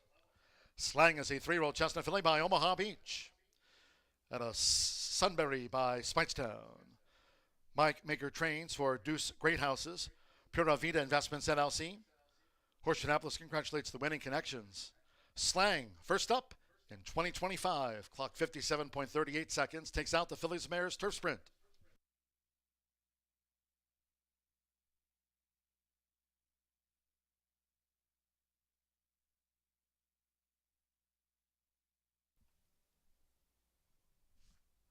3-2 exacta, $27.40.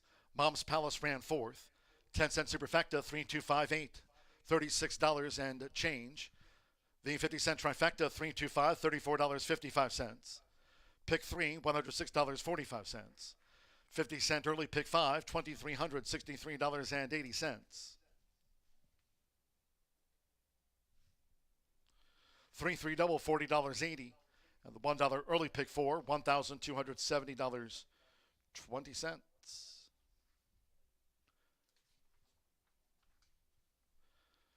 57.38 seconds. 21 minutes away from the next one. In race 6, scratch 6 star quality. Scratch 6 star quality, 8 9-pointer. Change of jockey to Jose Gutierrez. Has a win on the card. Corrected weight 112. 112 corrected weight. Jose Gutierrez on 8 9-pointer. Exacta trifecta superfecta. 10-cent grand high 5 pentafecta wagering featured on the next. Double pick 3. Post time 450.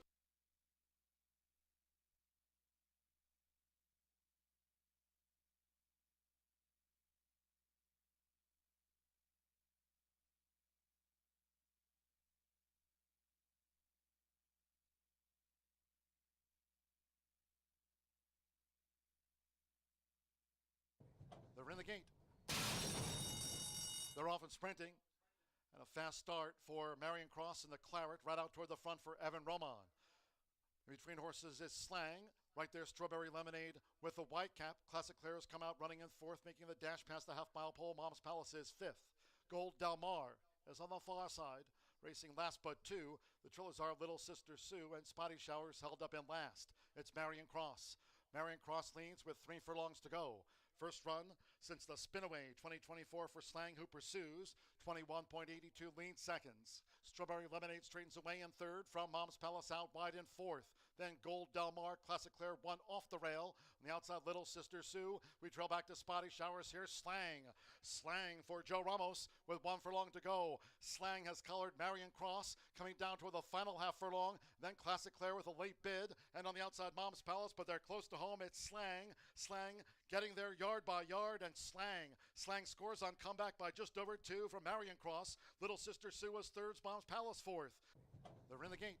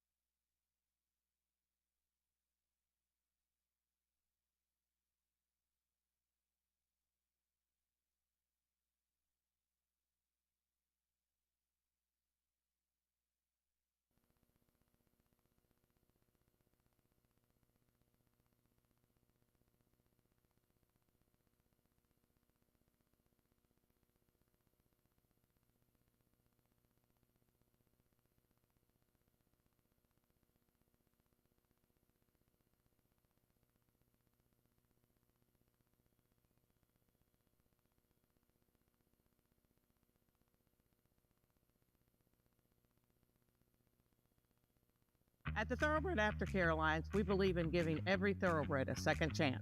And thanks to the owners, trainers, breeders, and every supporter, you've created a ripple effect of change that's helping these magnificent animals move on to new careers and safe, fulfilling lives after racing.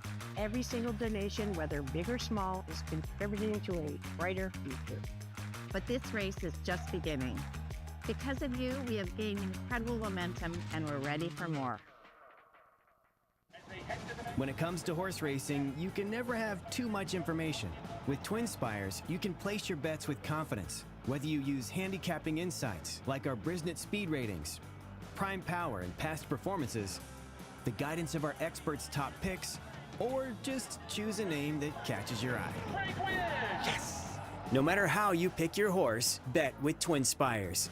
And now you can race to victory with Twin Spires tournaments.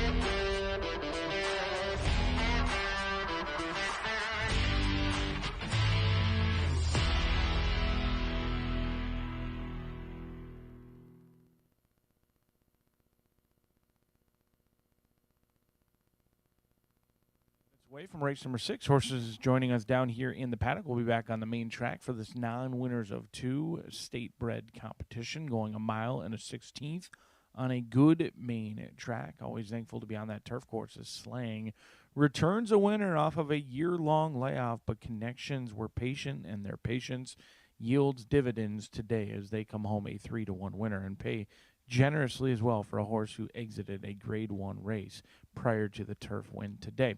Scratch number 6, Star Quality, out of this event, leaves us with a field of 8 set to go to the gate in here. And I happen to fancy your current favorite, and I do believe this horse will likely go off favored when it's all said and done. This early money's kind of all over the board. First click, it was on the 9. Projections would indicate it's likely to head into the 1.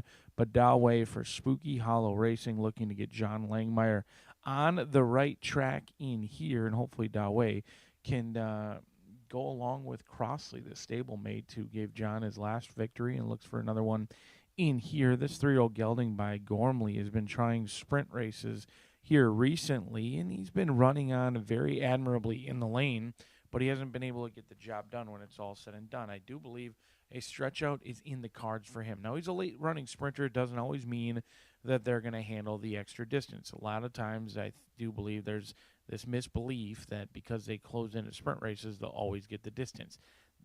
I don't like to believe that angle. I think Doway has the breeding to suggest extra ground will be valuable, and then exits 3 straight live races. I know they were all at non-winners of 2, 15,000. I get that. They weren't at the allowance ranks. But Hawkeye is a back-to-back winner. Mike Cyclone from that June 24th event is a back-to-back winner, as was Texas Free all the way back to May 15th. So Dawei has been facing some very tough foes, a horse who usually takes action but rarely goes out favored. Has only been favored in one start of his 5-race career, and he's closed very well and galloped out admirably per my notes in these sprint races. So I think the distance shouldn't be an issue, and he does get class relief today, and he's going to be a little bit closer as well. A horse sprinting, going to stretching out, they're going to be a little bit closer to the pace because those fractions, instead of being 22 flat, they're probably going to be 24 and 3, and he's on the toes and on the muscle, 3-1 on the board. But the unknown in here is Two-Step Jake. Sammy Bermudez, it would appear, hops off the 5 to ride the 9. He's ridden both the past 2 times, but he goes with his main man, Aaron West, and MY Stables with Two-Step Jake, who's consistent. 1 win, 1 second, and 1 third. Does look a little bit warm, but I wasn't able to see if they took the hose to him or not. That coat is glistening on a nice day here at Horseshoe Indianapolis. Comes off of a win. However, that win was all the way back in November of last year. It's never ideal for an Indiana bred to be making their debut midsummer. The Connections always hope that they will be able to race the full season beginning in April. This one did take a little while to get to the racetrack, and if you look back, those morning workouts began in March and April, and then there's quite the gap from April 15th to May 4th, and then May 4th to June 15th. The only thing that gives me somewhat of an indication is from that May 4th to June 15th, there's not a ton of workouts after that. There's only one workout, boom, we're going right to the starting gate, and we're going to be ready to rock and roll. This is as good of time as any, is taking on winners for the first time.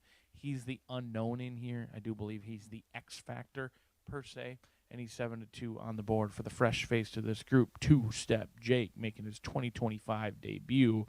But someone who's not a fresh face is a 6-year-old, now a winning 6-year-old, Page Perfect. Entered the starting gate June 10th, 0 for 25. However, the bettors were fearless. Despite 25 defeats, they bet this horse all the way down to favoritism, and the backers were rewarded by a 10-length victory. Did the light bulb angle go off, or did they just run into a group that is worse than they had previously performed? Because Page Perfect absolutely rolled home, turned that 7-horse field into a 1-horse race in which they broke well, went right to the lead, dueling early, opening up a large lead midway through the turn, and completely dominating that group. Now, I'm not sure if there was much in that group. The horses that exit that race haven't come back to yield any success thus far. So Page Perfect may have beat up on a bad bunch. However, sometimes that light bulb angle does go off. He did put up a Beyer speed figure of 61. If he's able to duplicate that performance, he certainly looks like a good candidate to win 2 in a row. But after previously being over 25, I would demand a little bit of value. 4-1, in my opinion, probably not enough value for me. However, Page Perfect could be a perfect 2 for 2 since June 10th. We'll see how it plays out as we're 6 minutes away from race number 6 here at Horseshoe Indianapolis.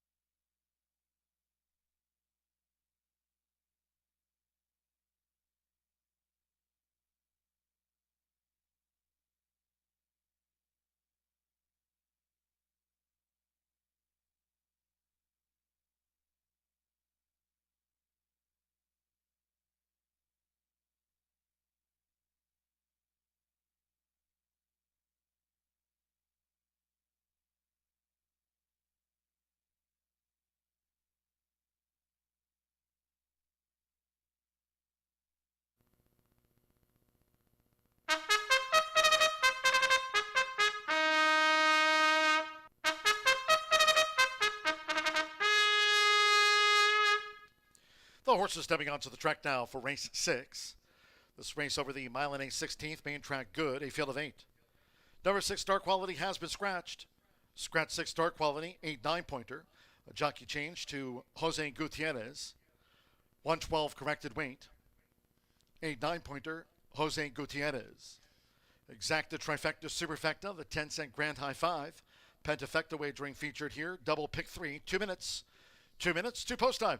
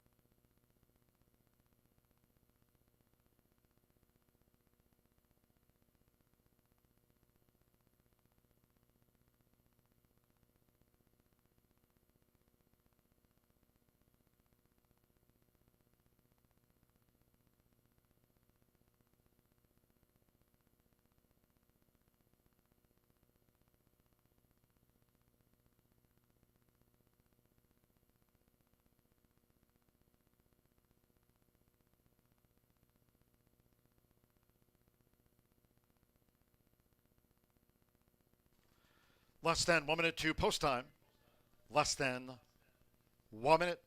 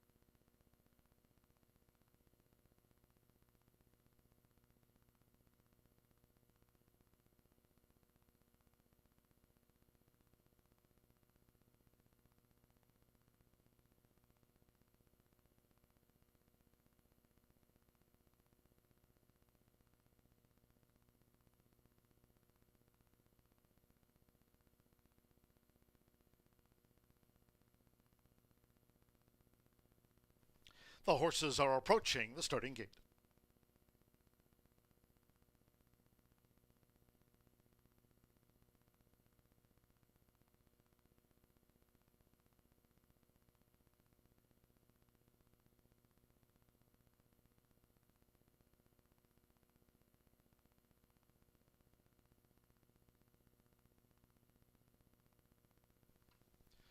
The horses have reached the starting gate. It is now post time. Loading underway. Joseph Romero with Showdown Justice. Fernando de la Cruz, Dowie joins. Bernie Truxtell with Charlie's Little Devil.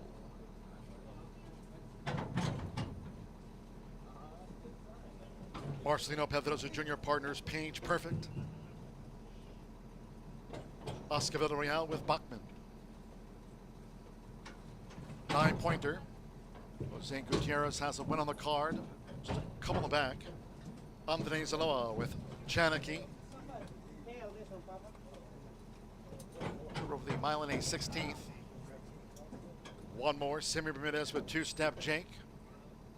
Coming up. In. Ready. And they're off. Dowie sharply away. Charlie's Little Devil and Showdown Justice right there from the rail now for Joseph Romero. It's Showdown Justice. Showdown Justice has a short lead as they enter the first turn from a close-up Dowie in the green cap. Two-step Jake follows. Then to the inside is Charlie's Little Devil with 7 furlongs to run. Bachman is in 5th. Page Perfect in the red silks out deep on the track in 6th, and Chanakee running second to last and beaten for speed. 9-pointer whips them in as they go to the back of the track. It's Showdown Justice. Showdown Justice to the early lead. Dowie staying close, and Two-Step Jake in the yellow jacket is right there too. Tri-leaders going up the back with Bachman now in 4th. To the inside is Charlie's Little Devil in 5th. The quarter was 24.29 seconds. Page Perfect is next. While racing wide, then comes Chanakee and 9-pointer at this point another cornfield away. They make their way past the half-mile pole. Showdown Justice has been prompted by Dowie, who's been prompted by Two-Step Jake. 3 deep uncovered. Half-mile, 48.17 seconds. Bachman looking to narrow the margin from 4th. Page Perfect is 5th. Then comes Chanakee. Charlie's Little Devil flashed some speed, but has dropped back, and 9-pointer yet to pick up. They round the far turn that way. Inside 3 furlongs to go. Showdown Justice. Two-Step Jake now has gained second for Simi Bermudez. Two-Step Jake to take on Showdown Justice as they come past the quarter pole. A neck apart, Dowie third and Bachman in range. 3/4, 1 minute 13.05 seconds. Showdown Justice confronted by Two-Step Jake. Two-Step Jake trying to gain here on Showdown Justice, who's holding on to this margin for Joseph Romero, spurts away by 3. Two-Step Jake is second at 1 pace. Dowie's third, Bachman back in 4th, Chanakee's 5th. Showdown Justice just kept finding all the way to the finish. Showdown Justice won by 5.5 from Two-Step Jake. Dowie was third, Bachman 4th, and Chanakee next, well cleared.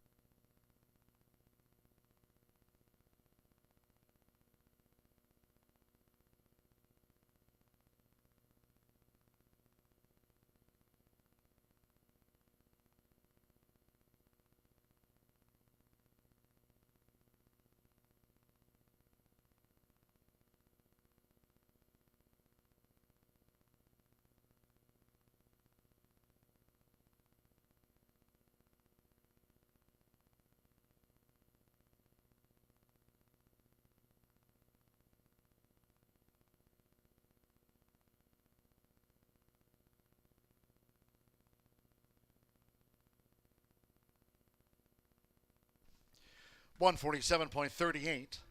Track good, 147.38. 1 Showdown Justice. Here's the slow-mo first. The 9 Two-Step Jake was the runner-up. 5 Dowie third. 3 Bachman 4th. 4 Chanakee was 5th for the Grand High 5 Pentafecta wagering featured on race 6. 1-9-5-3-4. Chanakee there for the Pentafecta. And we trailed back to the others. Showdown Justice, Joseph Romero from Michelle Elliott with another meet win. Here's 2-1, Showdown Justice, the second choice.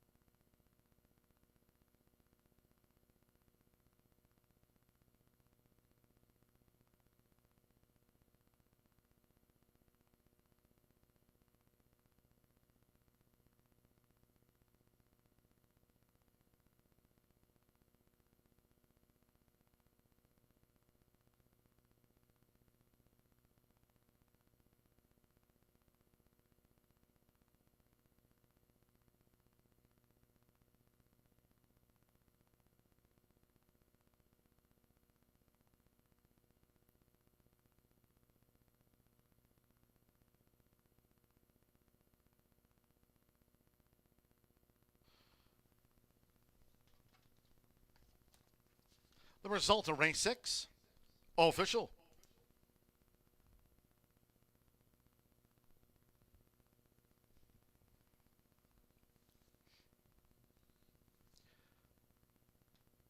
Returning to the Murphy Trailer Sales Winner's Circle, the 1, Showdown Justice with Joseph Romero. Showdown Justice is a 5-year-old big gelding by Harry's Holiday at a Prairie Flower by Flower Alley.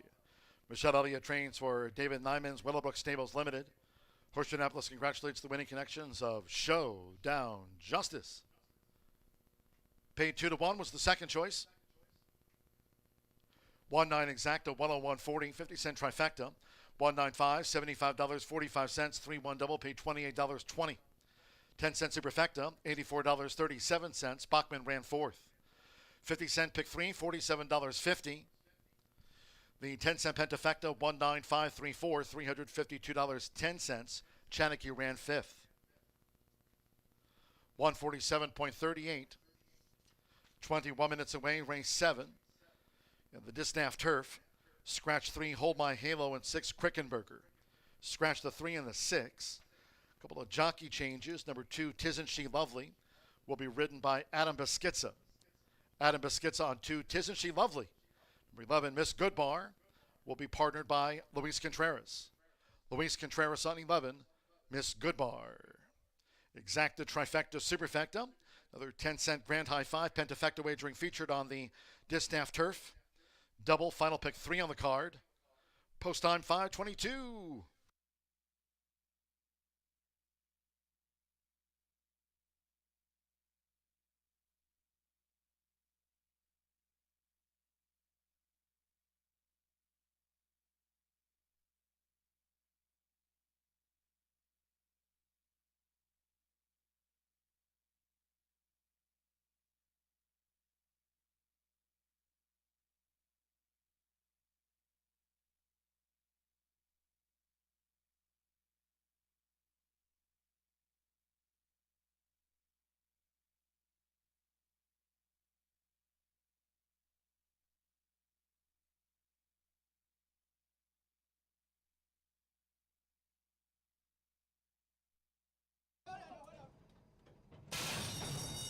And they're off. Dowie sharply away. Charlie's Little Devil and Showdown Justice right there from the rail now for Joseph Romero. It's Showdown Justice. Showdown Justice has a short lead as they enter the first turn from a close-up Dowie in the green cap.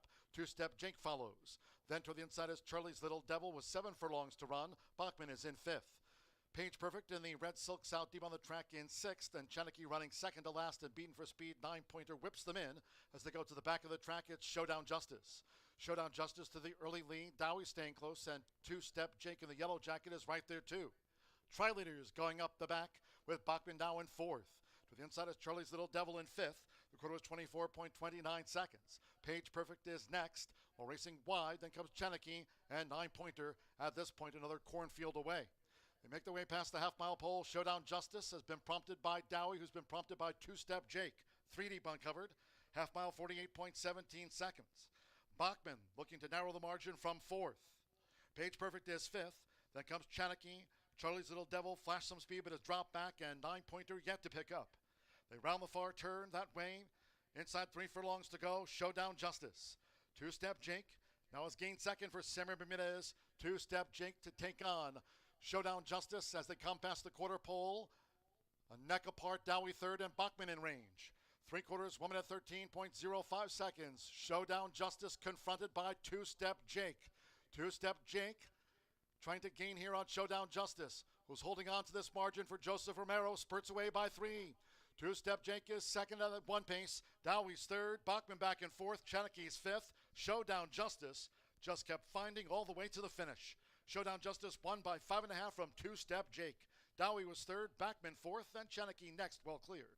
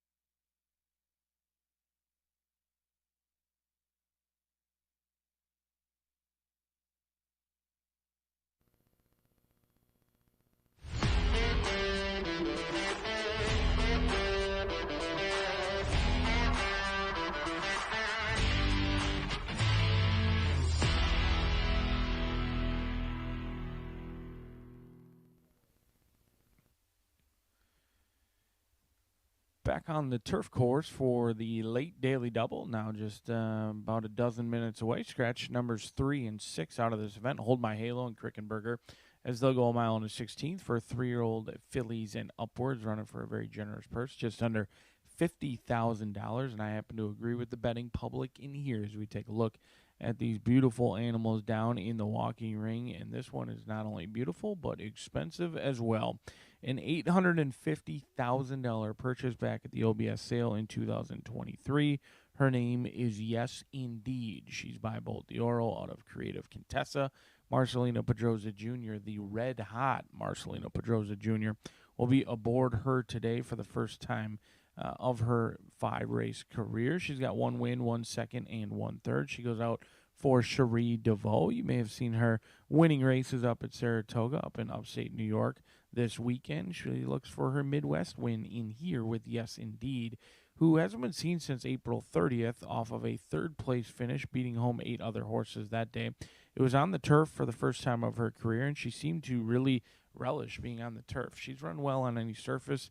She's performed admirably since stretching out. She didn't show an affinity for going short. She certainly proves that she can handle the distance. And last time out, in my opinion, she proved that she can handle the turf. I think she's going to improve second time on the turf, maybe just a cut below the stock that they brought up to Saratoga. So they're going to bring her to Horseshoe Indianapolis. She's going to get bet heavily, and the connections, I'm sure, believe she's going to win, and I do as well. We'll see if the decision to keep Yes Indeed home versus shipping up to New York is a rewarding one financially, and we'll find out about 9 minutes from now, as Yes Indeed, in my opinion, is both the horse to beat as well as the horse to bet if she stays above even money. 6-5 on the board, but a horse taking some more action right next door is Miss River Rat, a 3-time winner, trying to show that younger horse what it's all about, winning races. Has already put 3 in the win column for this Illinois bred that Tim Kelly owns and bred, and she's been under his guidance throughout, so from the foaling process to the racing process, and that loyalty has proved dividends with $122,000 in earnings. She hasn't hit the board in 2 starts so far this year. However, she did face some tough foes. She ran in a Cat Attack, who I believe is a very nice one, and then also in a $50,000 stakes race. Just barely missed the board, finishing 4th in a 7-horse field. We'll see if the Illinois bred can show the Indiana horses how it's said and done in this spot. Orlando Mika going to be calling the shots in this spot. And he's a great rider, but he especially excels on our turf course, and he's showcased that many times so far this meet. He's winning at 15%, 5-1 on Miss River Rat, who should be able to sit just off the pace. They're kind of a second flight type horse where I do believe not quick enough to have the early lead, but is going to be in that second tier and should get a great run of the race. But Prussia is likely going to be the one to catch to cash, and anything Bill Walden sends to the racetrack, you certainly want to pay attention to. He wins at 24% around the country, 20% here locally, and this 3-year-old filly, she does take on older, she does take on horses that have won more races than the lone win she has, but Woodford Thoroughbreds certainly doesn't need a map to our winner's circle, and either does Bill Walden nor his team, both winning at 20% respectively. Alex Ashard going to be calling the shots. Now, the one who comes in off of a brief freshening, hasn't been seen since the Keeneland spring meet, didn't run great that day, but had a little bit of trouble, was kind of in between horses, got shuffled around, and ultimately stymied in the lane. I am willing to forgive that start, and it looks like many bettors are as well. 10-1 morning line, currently 5-2 on the board, taking plenty of action, and when she's on her A game, she likes to be on the lead. I expect her to run fresh. They are drawn on the inside, so if there's any question if they're going to lead, I think that post draw certainly nipped that in the bud and proved that this horse has to go to the front end. The way our turf course has been playing, it's been playing fairer this week, but last couple of weeks, you've wanted to be on the lead, and I expect Alex Ashard to go right to the lead with Prussia and play Catch Me If You Can at 5-2. Those are the 2 horses really taking the lion's share of the wagering at this point. Prussia at 5-2, and your current favorite, Yes Indeed. We'll see if those Churchill Downs shippers can get the money in here, or if it's someone else. It's a wide open betting race. Your top 2 choices being overbet at this point. We'll see if it rewards those backers 6 minutes away from race number 7, kicking off the late daily double.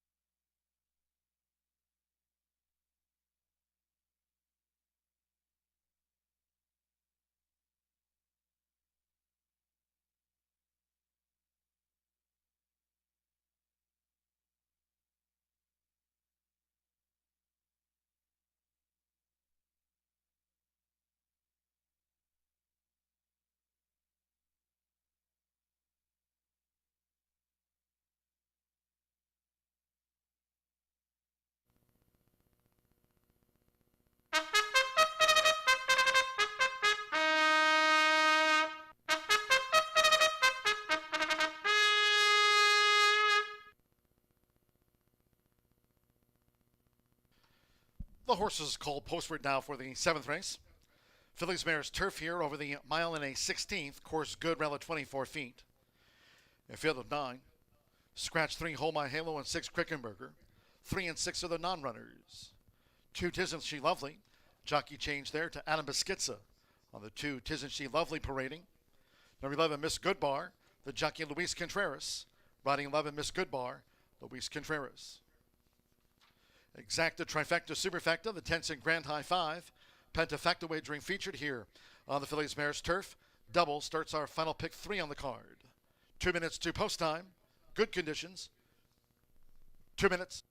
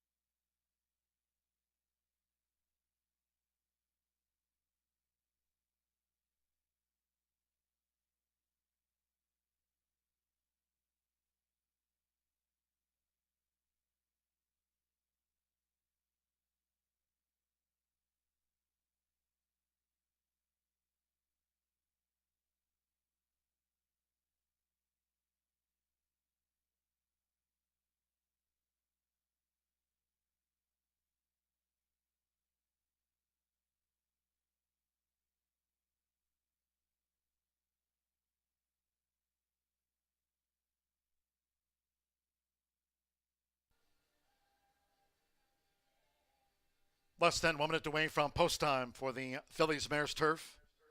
Less than 1 minute now.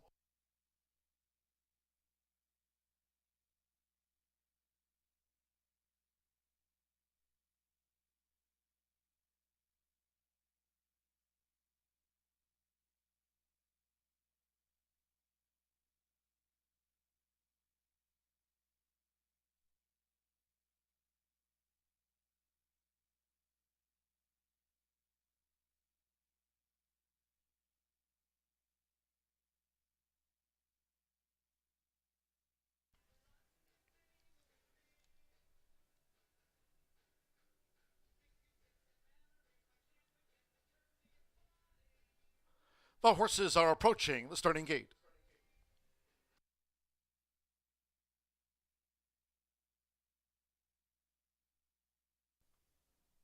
The fillies and mares now crossing over to the turf course here at Horseshoe Indianapolis, making their way up toward the mile and a 16 start.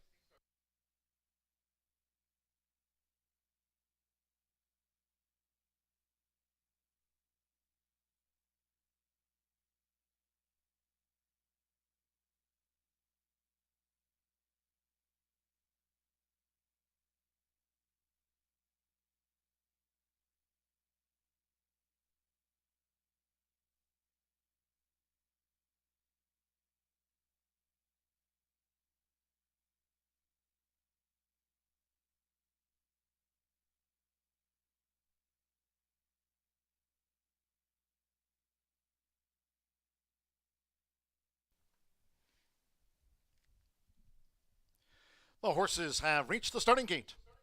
It is now post time.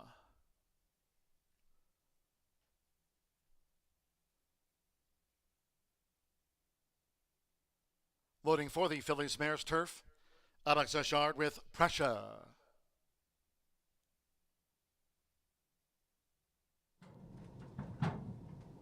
Fernando de la Cruz, Frink City coming up. Joins Pressure. Anna Beschizza with Tisn't She Lovely.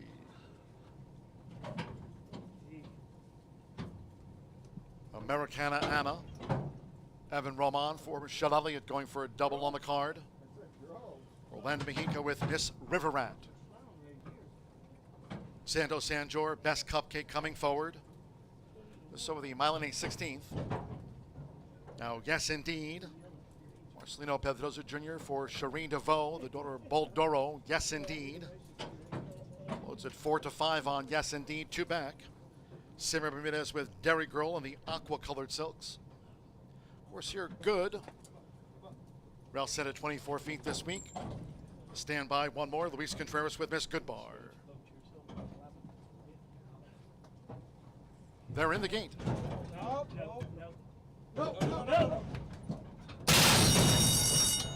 And they're off. So yes, indeed, broke just a step tardily and got a nudge as they make their way through this opening furlong. Across the course here in the early stages, Pressure, Tisn't She Lovely, Miss River Rat is in the white helmet, Best Cupcake and Americana Anna also forward as they make their way toward the first turn with the rail for Alex Eshard. Pressure just leads out from a close-up. Tisn't She Lovely with Americana Anna, and Best Cupcake is 4 wide out to the stretch. And then to the inside is Miss River Rat, who's a ground-saving 5th, and they have 6 furlongs to run. Miss River Rat just took back off of Tisn't She Lovely's heels. Then on the outside comes Dairy Girl, who's next in the aqua-colored silks. Yes, indeed, follows them as they go to the back of the course. The trailers are Frink City and Miss Goodbar. 22.35 lean seconds. Pressure. Pressure dictates the field by 3/4 length. Americana Anna second and close up. Anna Beschizza and Tisn't She Lovely holding the rail there at 24 feet. Best Cupcake right with Tisn't She Lovely. Miss River Rat remains in behind horses, trying to move up there between rivals is Miss River Rat. Inside a half mile to run. Dairy Girl's in the clear, 5 from the front. 2 more to Yes Indeed. Joined out wide by Freak City. The trail remains Miss Goodbar. Half mile for Pressure. 46.72 as they traverse the far side of the course. Pressure still with Alex Eshard. Americana Anna. Best Cupcake has been with these leaders. Dairy Girl coming wide now with under a quarter of a mile to go. Tisn't She Lovely looking to gain with the rail. And Miss River Rat is right there with Tisn't She Lovely. Yes, indeed, looking to move up between horses. Yes, indeed, needs a gap, got jostled. 3/4, 1 minute, 11.74 seconds. They swarm down toward the final 16th. Tisn't She Lovely looking for a gap. Here comes Dairy Girl in the clear. Best Cupcake just leads. Pressure gives way. Miss Goodbar was last in the back of the course, and here's Miss Goodbar for Luis Contreras. Miss Goodbar mowed them down. Dairy Girl from Best Cupcake, then Yes, indeed, Freak City. Pressure was next. Miss River Rat. We trail back to Tisn't She Lovely and Americana Anna.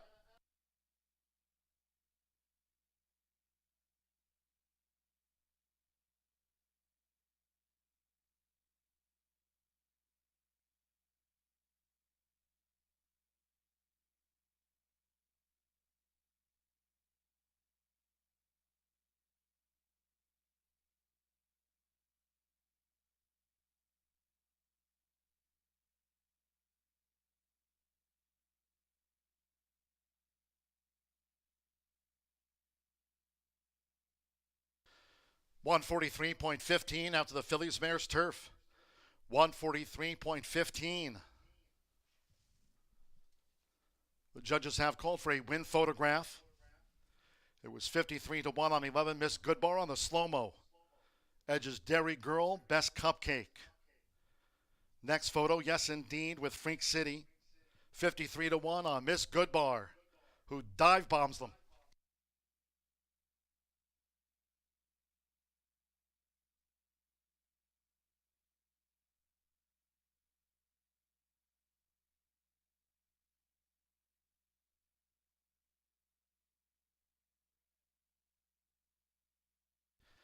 (11-10), 9-5-7 runs fifth for the Grand High 5-11. Miss Goodbar at 53-1. The rank outsider takes out the Phillies Mares turf. Over 10, Dairy Girl, 21-1 on the runner-up. Number 9, Best Cupcake at 5-1 was third. 5, Yes Indeed at 3-5 comes home fourth. And 7, Freak City at 37-1 gets into the Pentafecta. Stand by for big payouts after race 7.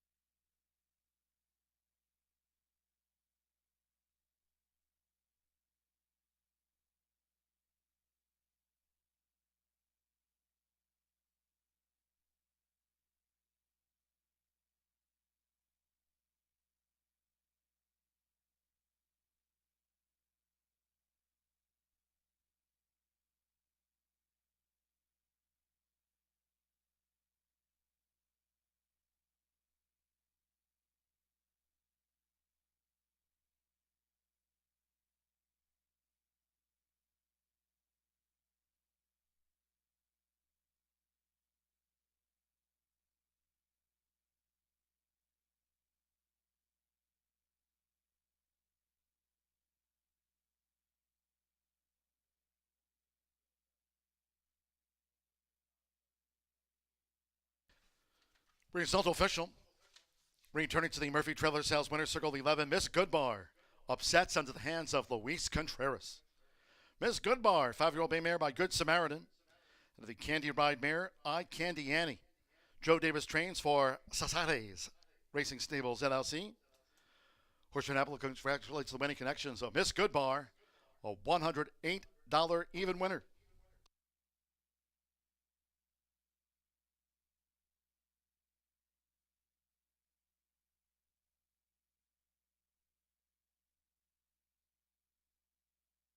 Results in Phillies Mares Turf Shocker. The 11-10 exacta, $1,153. 50-cent trifecta, 11-10-9, $3,079.35. 111 double paid $310.40. The 10-cent pentafecta, Freak City was fifth, paid $8,641.72. Pick 3, $555.60. The 10-cent superfecta, yes indeed, gets into the frame. $1,456.05 for the superfecta. And the Phillies Mares Turf, the 3 and 6 with the non-runners. Favorite fourth, 9 ran, 143.15. Race 8 is next on the docket, 19 minutes away. Scratch the 2 Anchorman. Scratch the 2 exacta, trifecta, superfecta. Start to the late double. Post time, 5:53.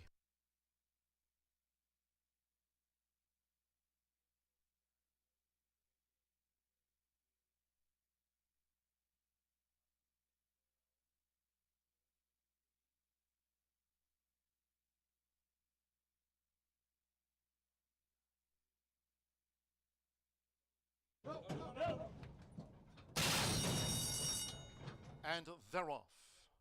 So yes, indeed, broke just a step tardily and got a nudge as they make their way through this opening furlong. Across the course here in the early stages, Prussia, Tisn't She Lovely, Miss River Rat is in the white helmet, Best Cupcake and Americana Anna also forward as they make their way toward the first turn with the rail for Alex Achard. Prussia just leads out from a close-up. Tisn't She Lovely with Americana Anna, and Best Cupcake is 4 wide out to the stretch. And then to the inside is Miss River Rat, who's a ground-saving 5th, and they have 6 furlongs to run. Miss River Rat just took back off of Tisn't She Lovely's heels. Then on the outside comes Dairy Girl, who's next in the aqua-colored silks. Yes, indeed, follows them as they go to the back of the course. The trailers are Frink City and Miss Goodbar. 22.35 lean seconds, Pressure. Pressure dictates the field by 3/4 length. Americana Anna second and close up. Adam Skitza and Tisn't She Lovely holding the rail there at 24 feet. Best Cupcake right with Tisn't She Lovely. Miss River Rat remains in behind horses, trying to move up there between rivals is Miss River Rat. Inside a half mile to run. Dairy Girl's in the clear, 5 from the front. 2 more to Yes Indeed. Joined out wide by Freak City. The trail remains Miss Goodbar. Half mile for Pressure. 46.72 as they traverse the far side of the course. Pressure still with Alex Ashard. Americana Anna. Best Cupcake has been with these leaders. Dairy Girl coming wide now with under a quarter of a mile to go. Tisn't She Lovely looking to gain with the rail. And Miss River Rat is right there with Tisn't She Lovely. Yes, indeed, looking to move up between horses. Yes, indeed, needs a gap, got jostled. 3/4, 1 minute, 11.74 seconds. They swarm down to the final 16th. Tisn't She Lovely looking for a gap. Here comes Dairy Girl in the clear. Best Cupcake just leads. Pressure gives way. Miss Goodbar was last in the back of the course, and here's Miss Goodbar for Luis Contreras. Miss Goodbar mowed them down. Dairy Girl from Best Cupcake, then Yes, indeed.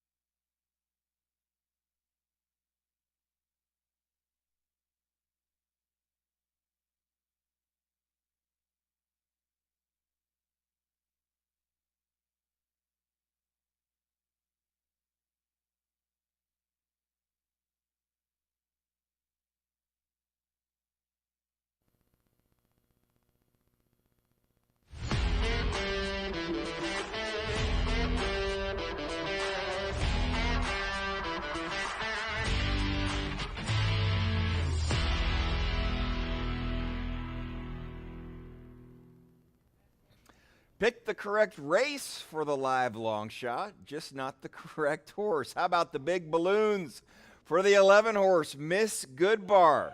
Trainer Joe Davis. Someone's screaming and yelling here in the stands, so we'll see what happens. Some good payouts in that race, some great will pays, and actually if you're a fan of carryovers, there's an opportunity for the late fire 5 to carry over to tomorrow if either the 1, the 4, the 6, or the 8 will win here in race number 8. But tremendous job by Miss Goodbar and Luis Contreras. One of the angles that I follow but I didn't follow in that race was jockey riding one horse on a day. He wasn't listed for any mounts today. Pickup mount, and what a pickup that was for Luis Contreras. And how about that exact over $1,100, pairing the 11 up with the 10. Final thoroughbred race of the day, also on the turf, so I don't know, based on what we just saw, maybe favor closers. We'll see. My top selection is also getting some support at the windows. Currently second in the win pool, and that is the number 3, Gewürztraminer.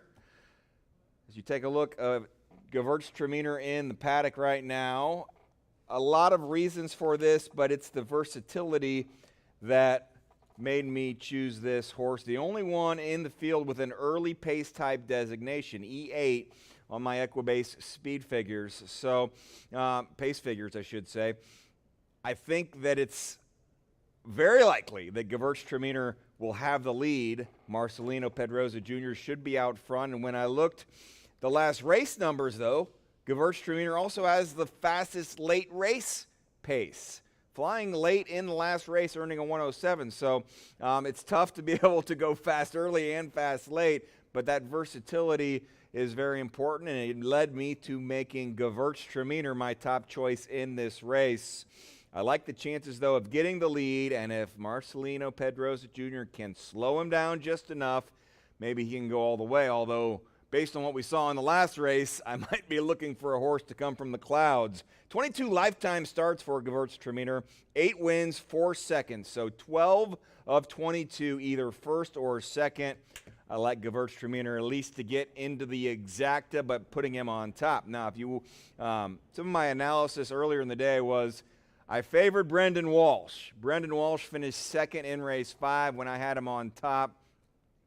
I have him second here. Maybe he finishes in first here. The 9, Kittenden, is the second Brendan Walsh trainee of the day. Both of these on the grass, and I mentioned that Brendan Walsh, great turf trainer around Kentucky, Horseshoe Indianapolis. When Brendan Walsh is here with a horse on the grass, I pay attention. Now this is, though, just the second race in the barn for the Walsh team. Kittenden 5-2 on the morning line, currently 2-1 favorite. It does look like the 9 and the 3 are going to vie for favoritism until they run, both right now right around 2-1. Enters this race on a 2-race win streak. One of those on the turf here, May 12th. Before that, one on the Poly at Turfway Park.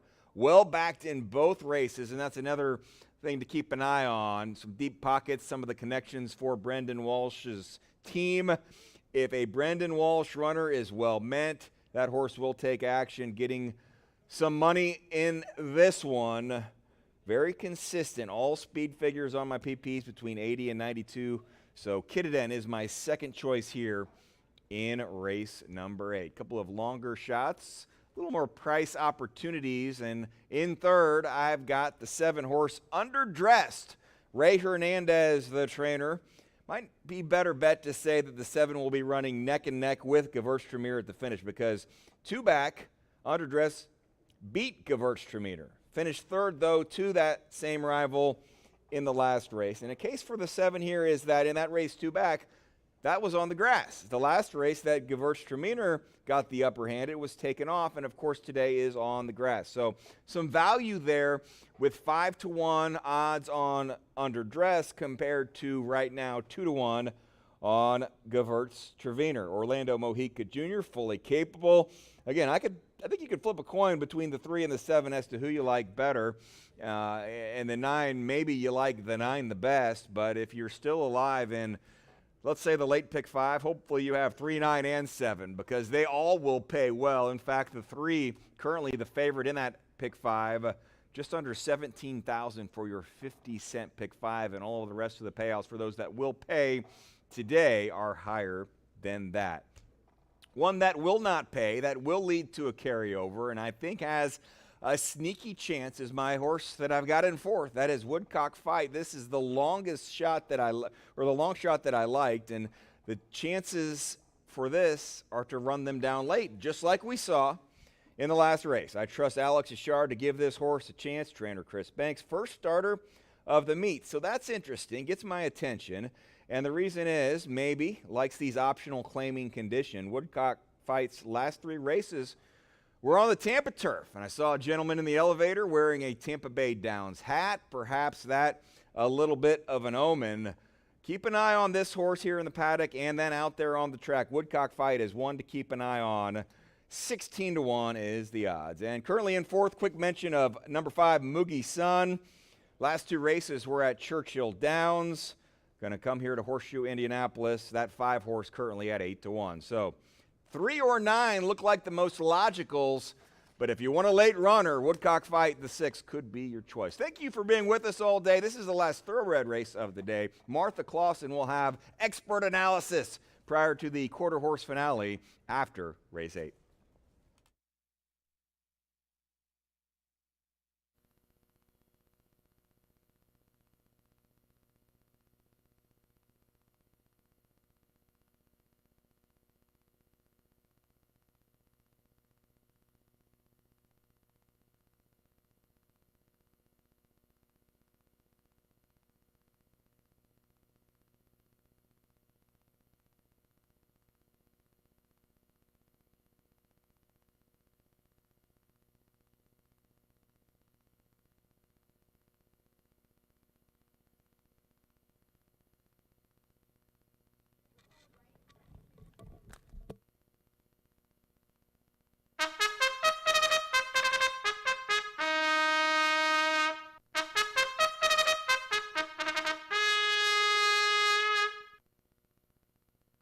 Horses on the track for our 3rd and final leg of the $1 Horseshoe Hat Trick Turf Pick 3 and the beginning of our late daily double. Scratch the 2, Anchorman. Rest reads as correctly. Good luck.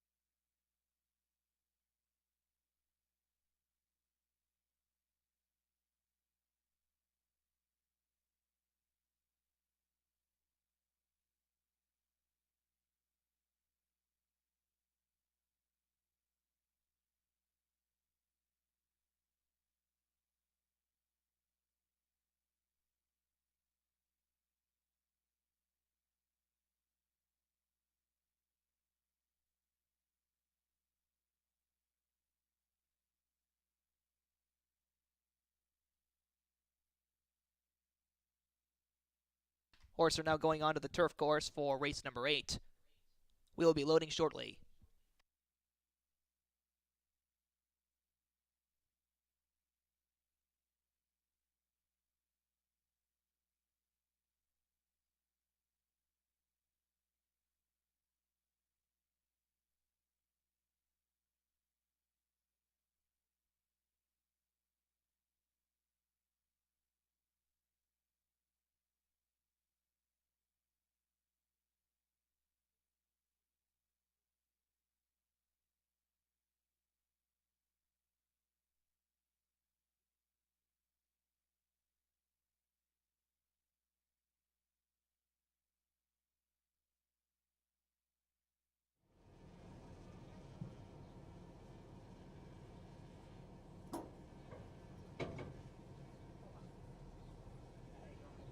Horse beginning to load into the gate. First in was Carl with an Arl. Woodcock Flight next in.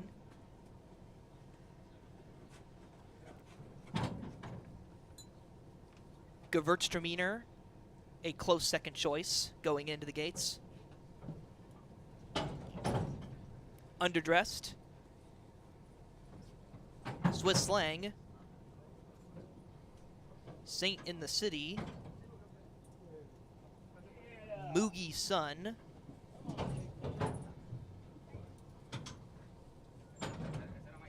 And the last to load will be your slight favorite, Kitadan.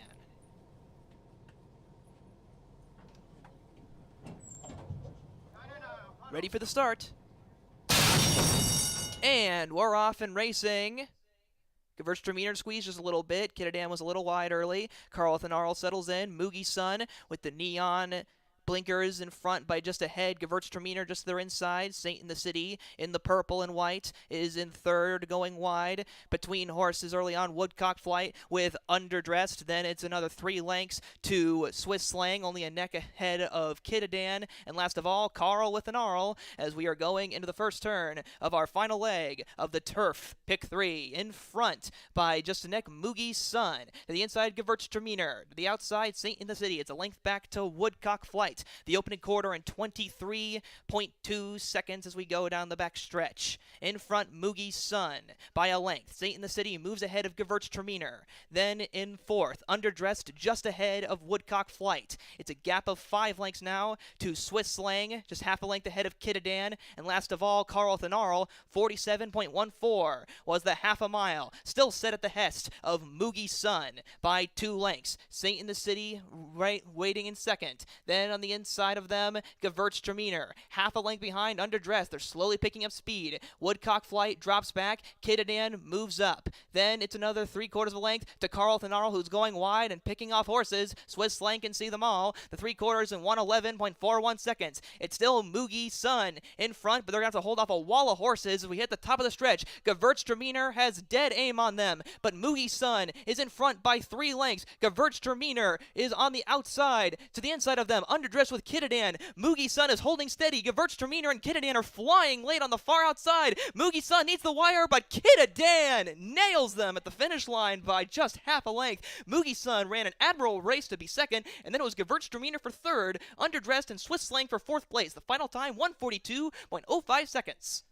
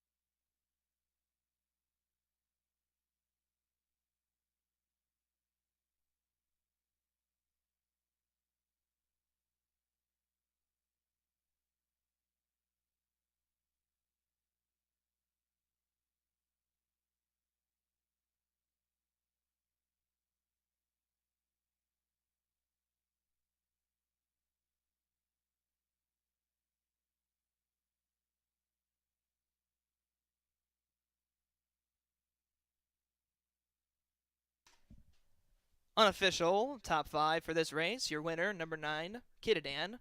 Second, number 5, Moogie Sun. Third, number 3, Gewürztraminer. Fourth, number 7, Underdressed. And fifth, number 4, Swiss Slang. 95374, your unofficial top 5.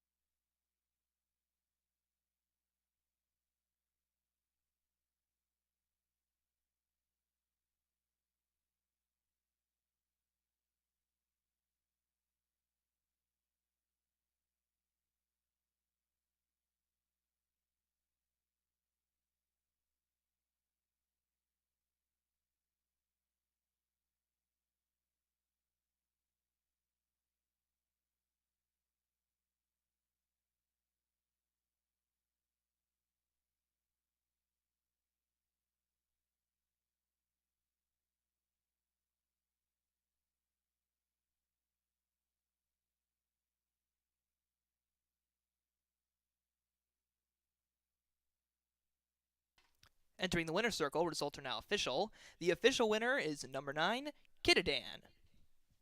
This is a 6-year-old bay gelding by point of entry out of a AP Indy mare, Divine Presence, bred by Flaxman Holdings Limited, owned by Pocket Aces Racing LLC, trained by Brendan Walsh and ridden to victory by Evan Roman. This horse is now 9 for 34 lifetime, and that's his 3rd win in a row this year. Congratulations to all. We will have the payouts in just a moment.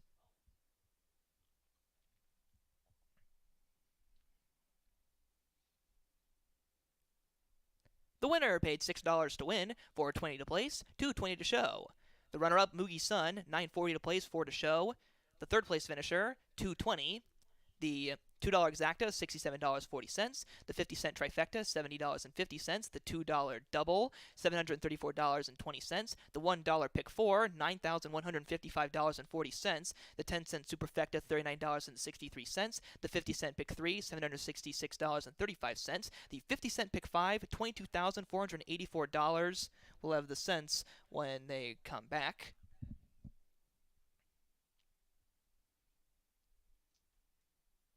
$22,484.15 for the 50-cent pick 5, and the pentafecta was $141.43.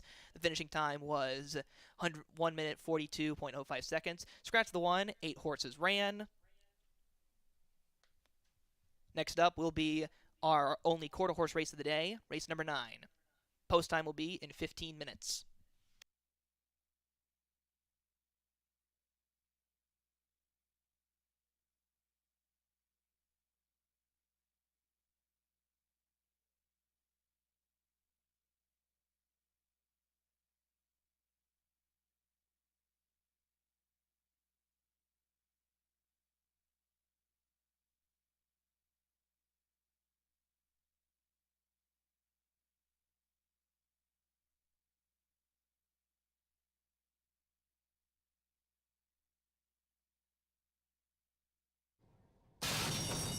And we're off and racing.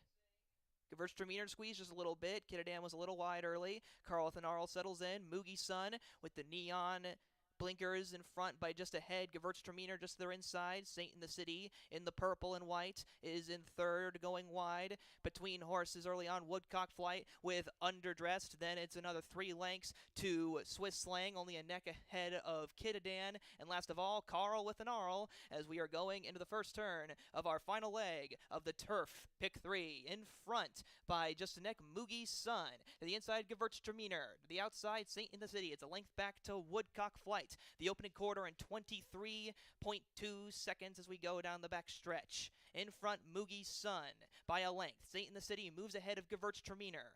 Then in fourth, Underdressed just ahead of Woodcock Flight. It's a gap of 5 lengths now to Swiss Slang, just half a length ahead of Kitadan. And last of all, Carlton Arl, 47.14 was the half a mile. Still set at the hest of Moogie Sun by 2 lengths. Saint in the City right waiting in second. Then on the inside of them, Gewürztraminer, half a length behind Underdressed. They're slowly picking up speed. Woodcock Flight drops back. Kitadan moves up. Then it's another 3/4 of a length to Carlton Arl, who's going wide and picking off horses. Swiss Slang can see them all. The 3/4 in 1:11.41 seconds. It's still Moogie Sun in front, but they're going to have to hold off a wall of horses as we hit the top of the stretch. Gewürztraminer has dead aim on them, but Moogie Sun is in front by 3 lengths. Gewürztraminer is on the outside. To the inside of them, Underdressed with Kitadan. Moogie Sun is holding steady. Gewürztraminer and Kitadan are flying late on the far outside. Moogie Sun needs the wire, but Kitadan nails them at the finish line by just half a length. Moogie Sun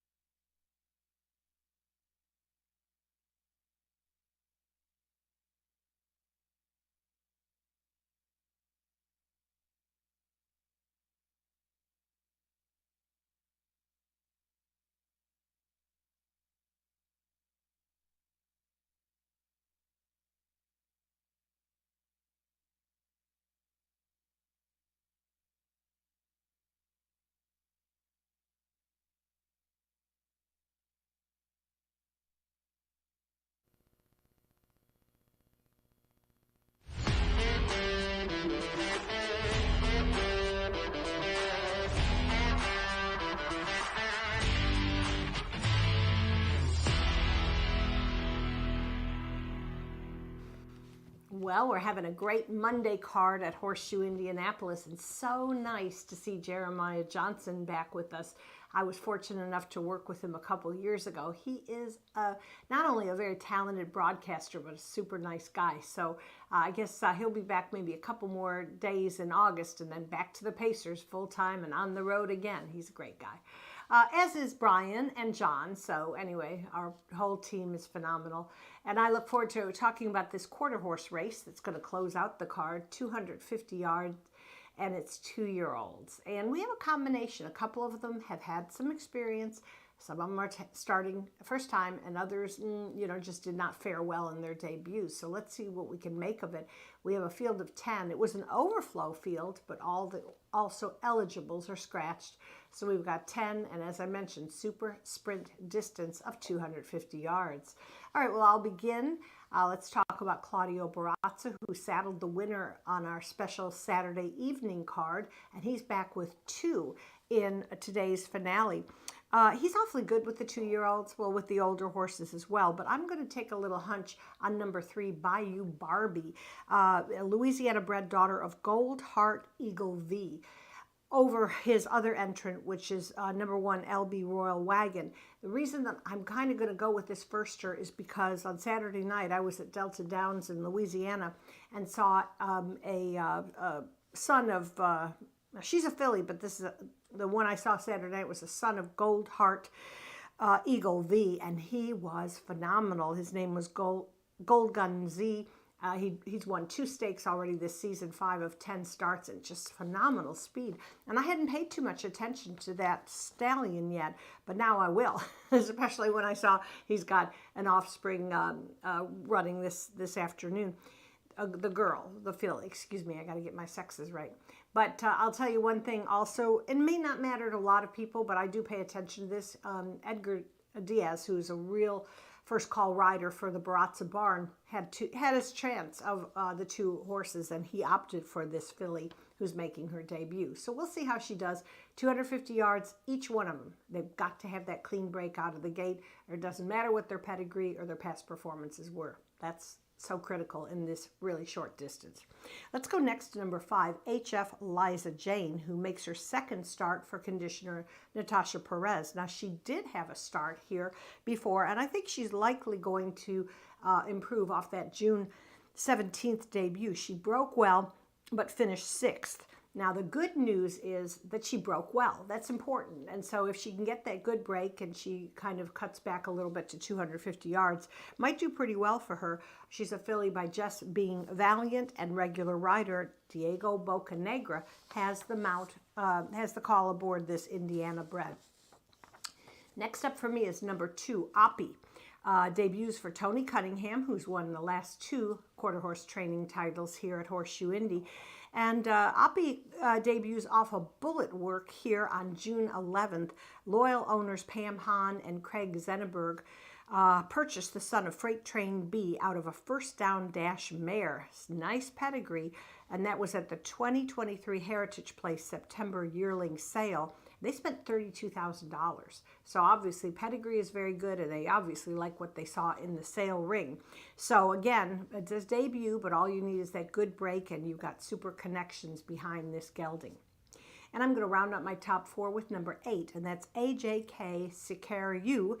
Cowgirl has 3 starts to her credit, so more than any other horse that I've talked about before. She exits a trial. Oh, yeah, this is a filly too. Sorry, we got a couple geldings, a couple fillies, but this is a filly. Last time she ran was in a trial for the Jaguar Rocket Futurity, and I thought she'd do a little bit better. It wasn't her day, but she did face some really tough 2-year-olds, and in her particular trial, she was defeated by Queen VN Chick, who ended up qualifying for the Futurity. That final will be run on Saturday, $134,000 purse. So the fact that this filly ran against another horse that qualified for that final is something to think about. And obviously, you got jockey Oscar Macias, who's riding for the Hector Sanchez barn. His percentages are pretty high. 3-5, 2-8 for me in our finale, but got to talk about that quarter horse Pentafecta. And if we could find one more horse, a long shot, sometimes we can boost that baby way up. So I'm going to go with number 4, Special Cyber Fire, 30 to 1 on the morning line. We like those for trainer Ron Raper. A son, this is a gelding, son of Cyber Monday, made no impact in his debut on May 31st, but came back and fired a bullet on July 4th. So obviously all the 2-year-olds, they learn at their own rate, and the fact that he came back and ran a good solid work to prepare for his next race could mean something special. So that's my I go 3, 5, 2, 8, and then throw in the 4 if you want to play the quarter horse Pentafecta. So good luck to everybody. We'll be back tomorrow, Wednesday, Thursday, but don't forget Saturday, 10:45, our next all quarter horse day, and it's going to be a great one. Have a good night, everybody. We'll see you here tomorrow and hopefully Saturday too for that all quarter horse day.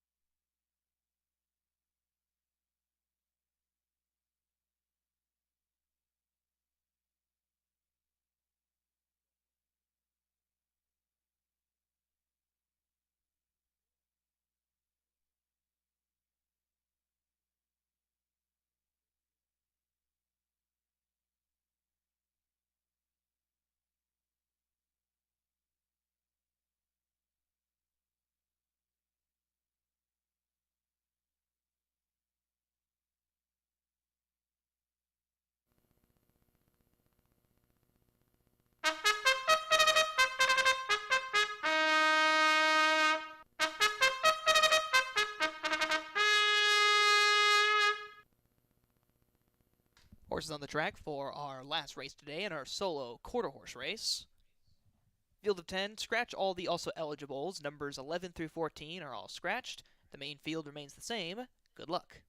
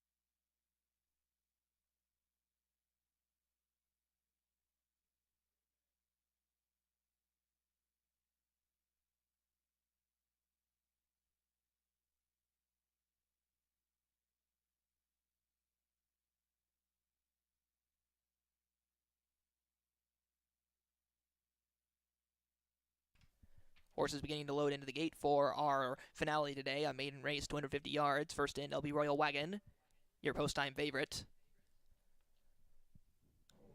AP Jesse's Cartel and Oppie next in.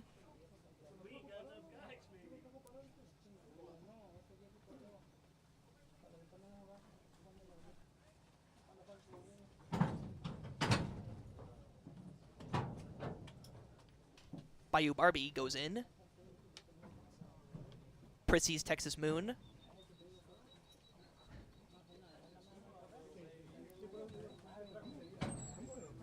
AJK Cicero Cowgirl. Special Cyber Fire. Big Bridge to Fame.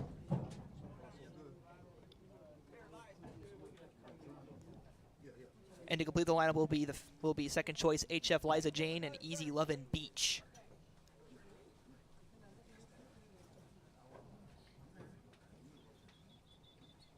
LB Royal Wagon and HF Liza Jane now co-favorite.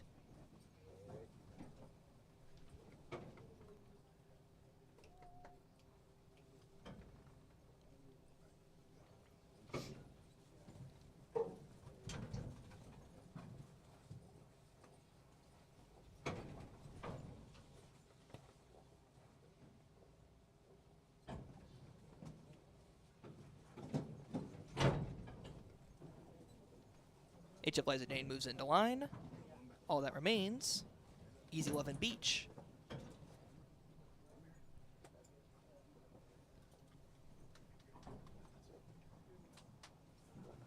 All in.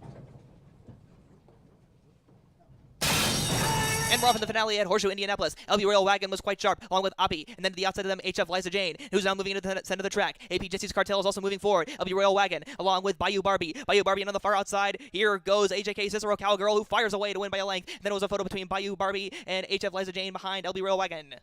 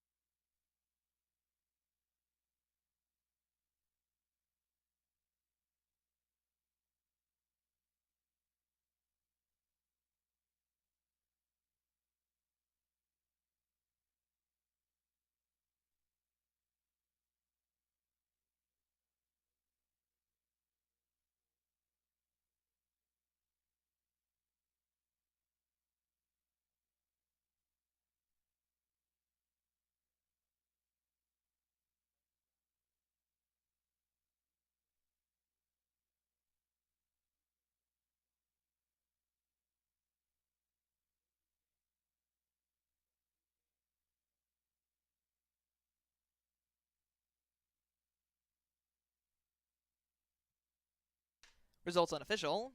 The unofficial Pentafecta. First, number 8, AJK Sikaru Cowgirl. Second, number 3, Bayou Barbie. Third, number 5, HF Liza Jane. Fourth, number 1, LB Royal Wagon. And fifth, number 9, Big Bridge to Fame. 83519.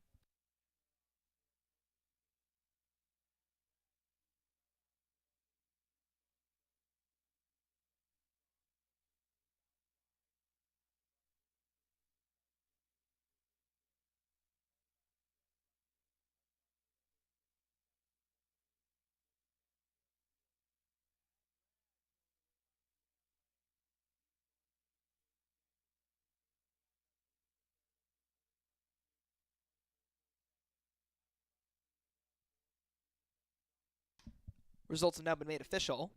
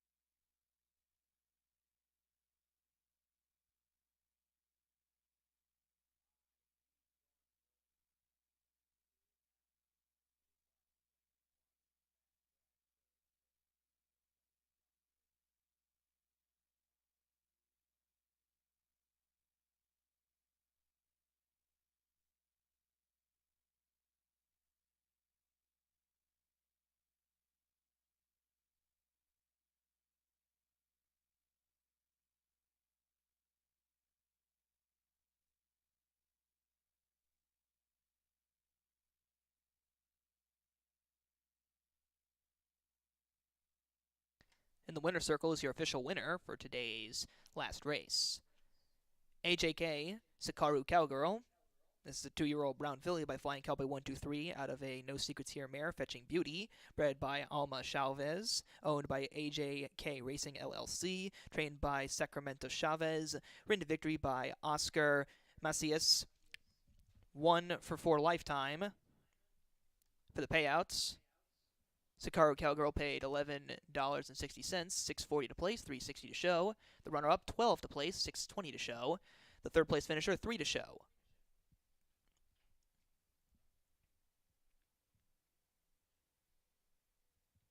The $2 exacta, $105.60. The 50-cent trifecta, $100.25. The $2 double, $67.80. The 10-cent superfecta, $67.05.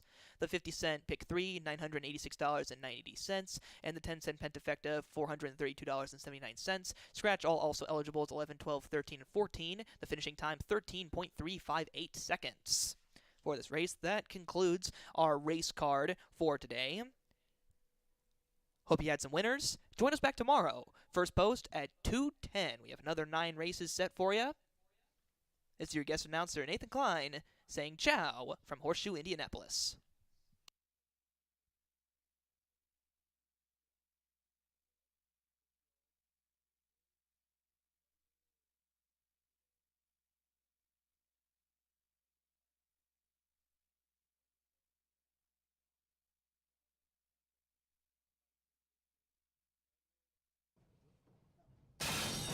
And we're off in the finale at Horseshoe, Indianapolis. LB Royal Wagon was quite sharp, along with Oppie. And then to the outside of them, HF Liza Jane, who's now moving into the center of the track. AP Jesse's Cartel is also moving forward. LB Royal Wagon, along with Bayou Barbie. Bayou Barbie, and on the far outside, here goes AJK Cicero Cowgirl, who fires away to win by a length. Then it was a photo between Bayou Barbie and